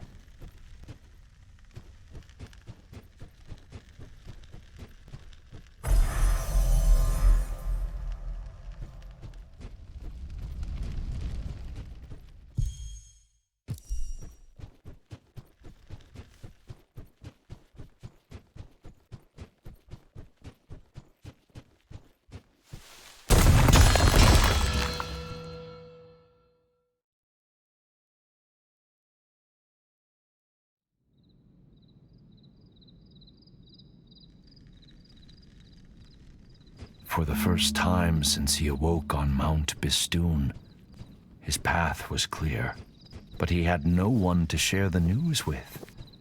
Princess Shirin would be resting in Khosrow's quarters.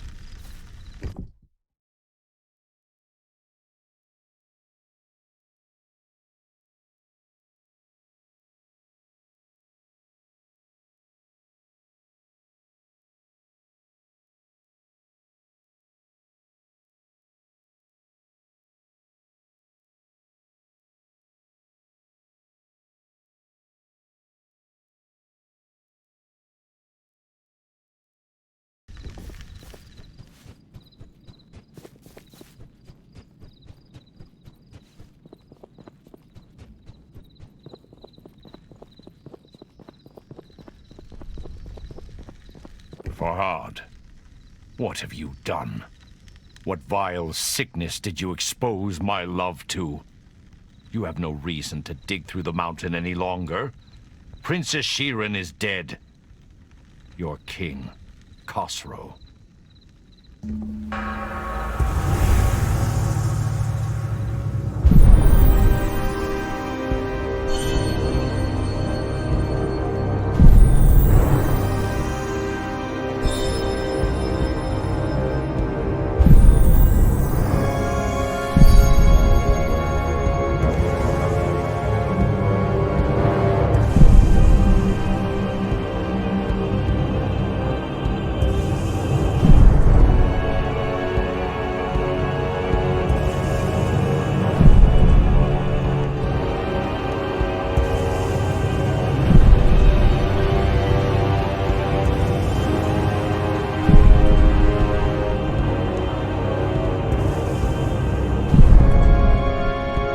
Consumed Farhad. He felt that this world could no longer offer him anything. But death had not ended Farhad's journey before, and it was not about to now.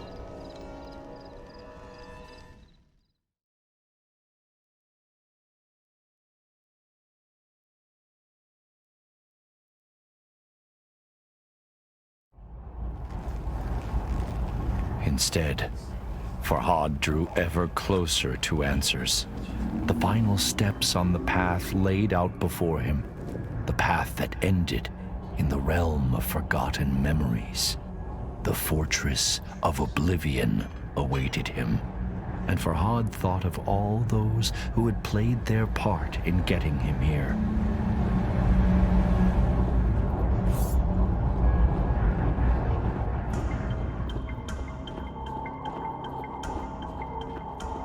All seeds, with his wisdom and kind heart.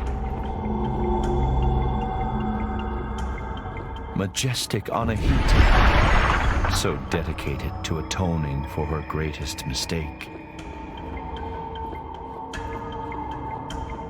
The beautiful princess, always out of reach. and the king, who had treated him with such disdain. But none of them mattered anymore. The whisper called to him.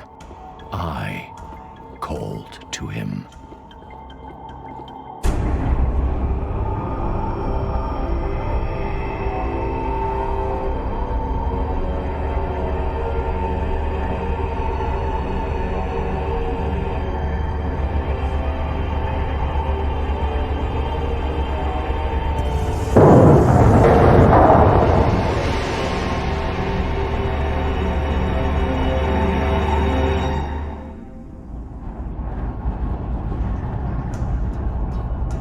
Fear and foreboding chilled Farhad as he walked amongst the horrors. Exiled and forgotten people, ensnared by the blight, trapped in endless suffering, their silent screams frozen in their gullets.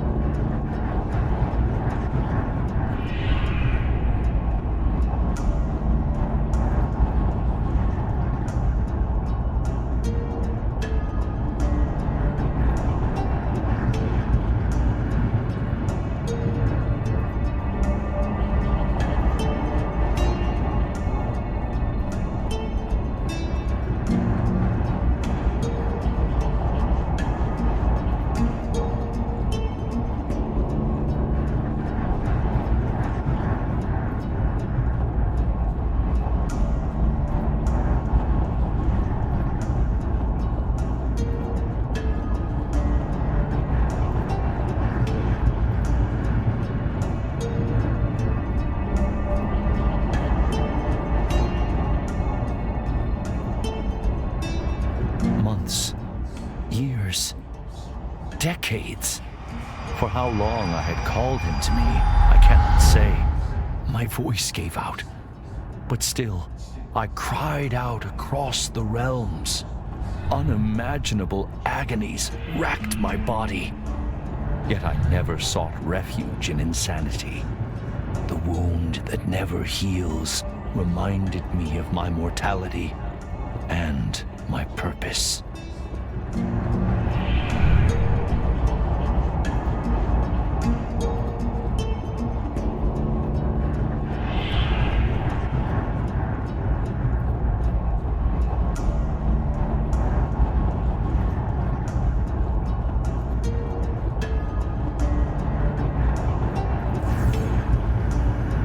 I looked into Farhad's eyes and saw his pain and confusion. But even then, I saw a flicker of something else. Was it relief? Words eluded him, however. So I explained everything. I told him my name is Nizami. I was a blacksmith by day and a storyteller by night.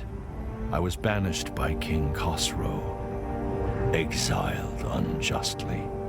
On Mount Bistun, I was mortally wounded, but saved by the most wondrous fruit and guided by a talking tree. Then, I discovered an otherworldly domain, a realm of forgotten souls. But the Div found me. I was imprisoned in the fortress of oblivion, doomed to be forgotten, teetering on the edge of oblivion. Agony poured from my wound and took form. You, Farhad, are created out of my pain, out of my wound, I told him. You are the manifestation of hope, the embodiment of purpose. I had lost count of the number of times Farhad had reached my prison, but each time he had refused my plea, refused to set me free. I knew the choice was grim, but I had to prevail. My story is not yet complete, and so I gave him a choice. Liberate me, or abandon me once more. The path to the left was where he should engrave the wise decision to set me free, or he could add to the cruel records of abandonment to the right.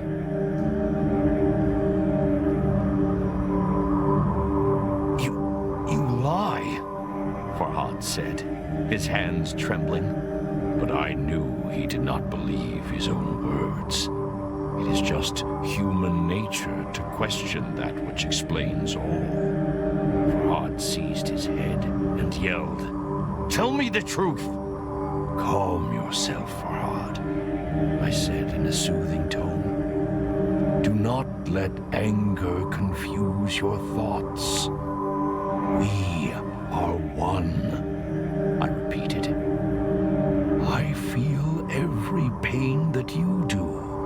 But the difference," I told him, "is that my pain never dwindles. The moments of serenity as dusk falls, the sense of triumph when a fearsome foe has been vanquished. You experience these things and more," I said. "I have only pain. And when you faltered, and my agony was too much to bear, you were reborn from my wound. With my words." Farhad recalled his visions of leaving the fortress alone. "Look at me, Farhad," I implored. "You do not realize how special you are. You are a part of me, but more than I could ever be." I knew his uncertainty, but I explained that, unlike me, he has a choice: to free me, or make the mistake of abandoning me again, to embrace the rare gift that I have offered, meaningful purpose, or shun it.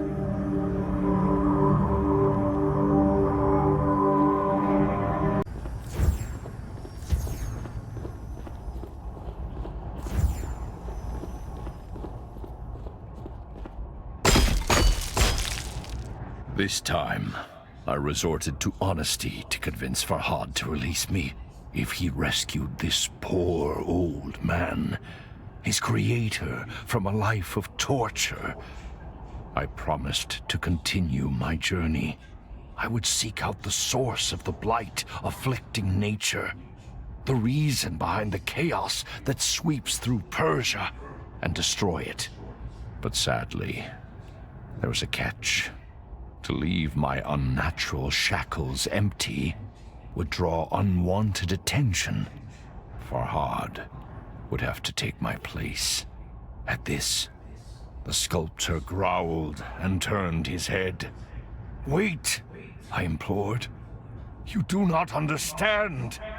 I told him how this sacrifice would give his life meaning. After all, it was his purpose. It was what he was created for. The only way he could escape the cycle. And I promised that when my quest was complete, I would come back to return the favor.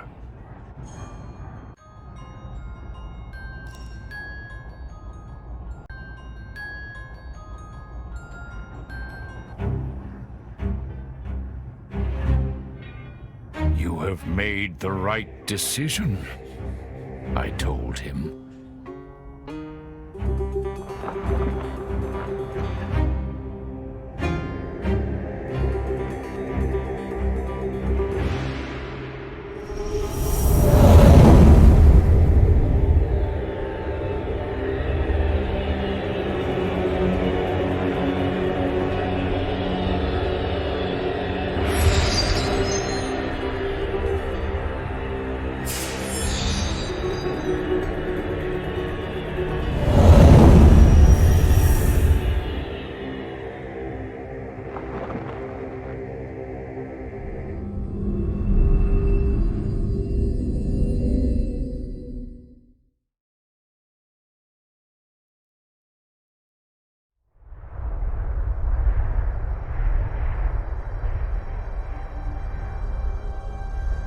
Before I left, Farhad asked me if his sacrifice would be worth it. There is no greater blessing than having purpose, I told him. No worse pain than having it denied. I promised I would not rest until I had stopped the sickness afflicting nature. I would rescue other poor, imprisoned souls and face the threats before me with the courage that Farhad had shown.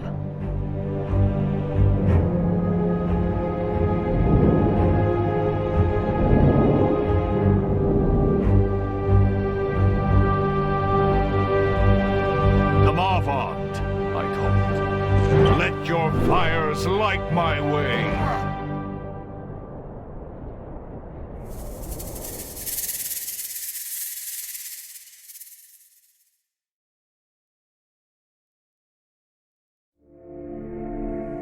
بیاورد ضحاک را چون نبند، به کوه دماوند کردش ببند.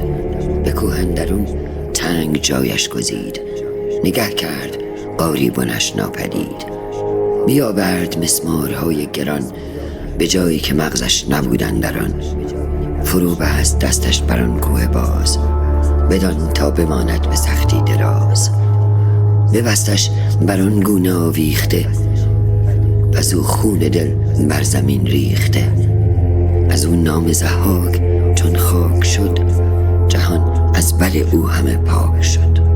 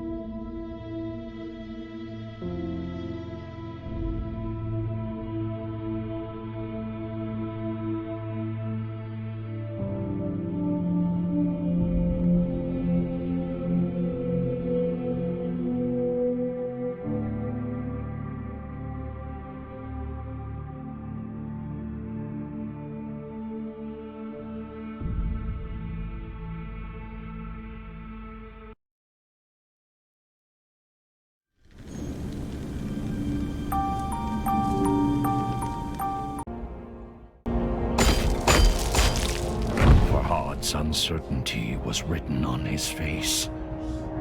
So I warned him against abandoning me again. You only prolong the bitter cycle, I told him. You will lose your memories once more. Your destiny is not one of futility and confusion. And I told him that I would keep calling him, and he would come. Is that what you want? I asked. To go through all the heartache you have endured yet again? But I could not force him to see reason. If he would leave me again, I promised to send him away from this place.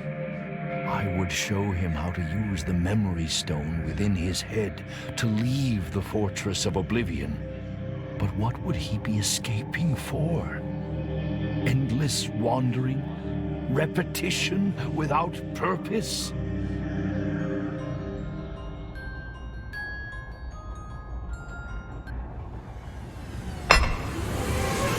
I groaned, but I knew this was not the end.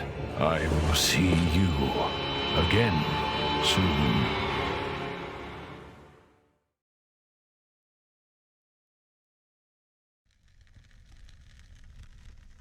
Once again, Farhad refused his destiny and condemned me to further torment. How many times he has failed me, I cannot say. Perhaps neither of us will ever be free. Perhaps the blight will spread unchecked. But my purpose still burns as fiercely as the agony in my chest. And Farhad's story has not yet ended. It cannot end yet. A wave of nausea washed over Farhad. He stumbled. Darkness closed in. He staggered on. Before oblivion drew in again. He lost consciousness again and again. Panic streaked through his muddled mind. And then he remembered my warning, the bitter cycle. With every step, his memory slipped away. I must engrave Nizami, he thought. I must not forget. Farhad sought to immortalize my story in stone, lest he forget again.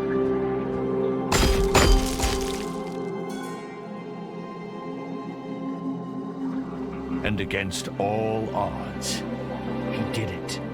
He looked back at all the engravings he had made and found hope in them. Hope that he could walk a different path.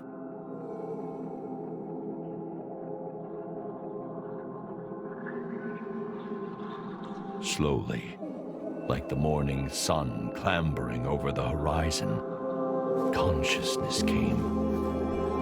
He opened his eyes. How pleasant, he thought, to wake to nature's song. As he navigated the narrow path, he breathed in fresh mountain air. It focused his mind. Questions bobbed to the surface, like apples in water.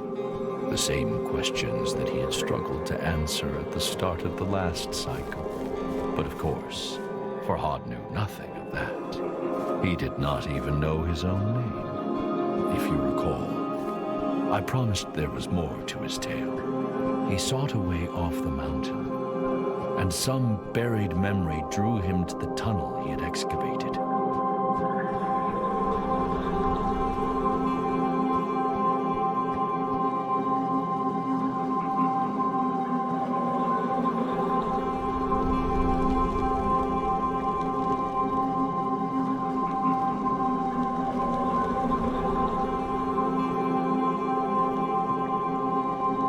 The story began anew.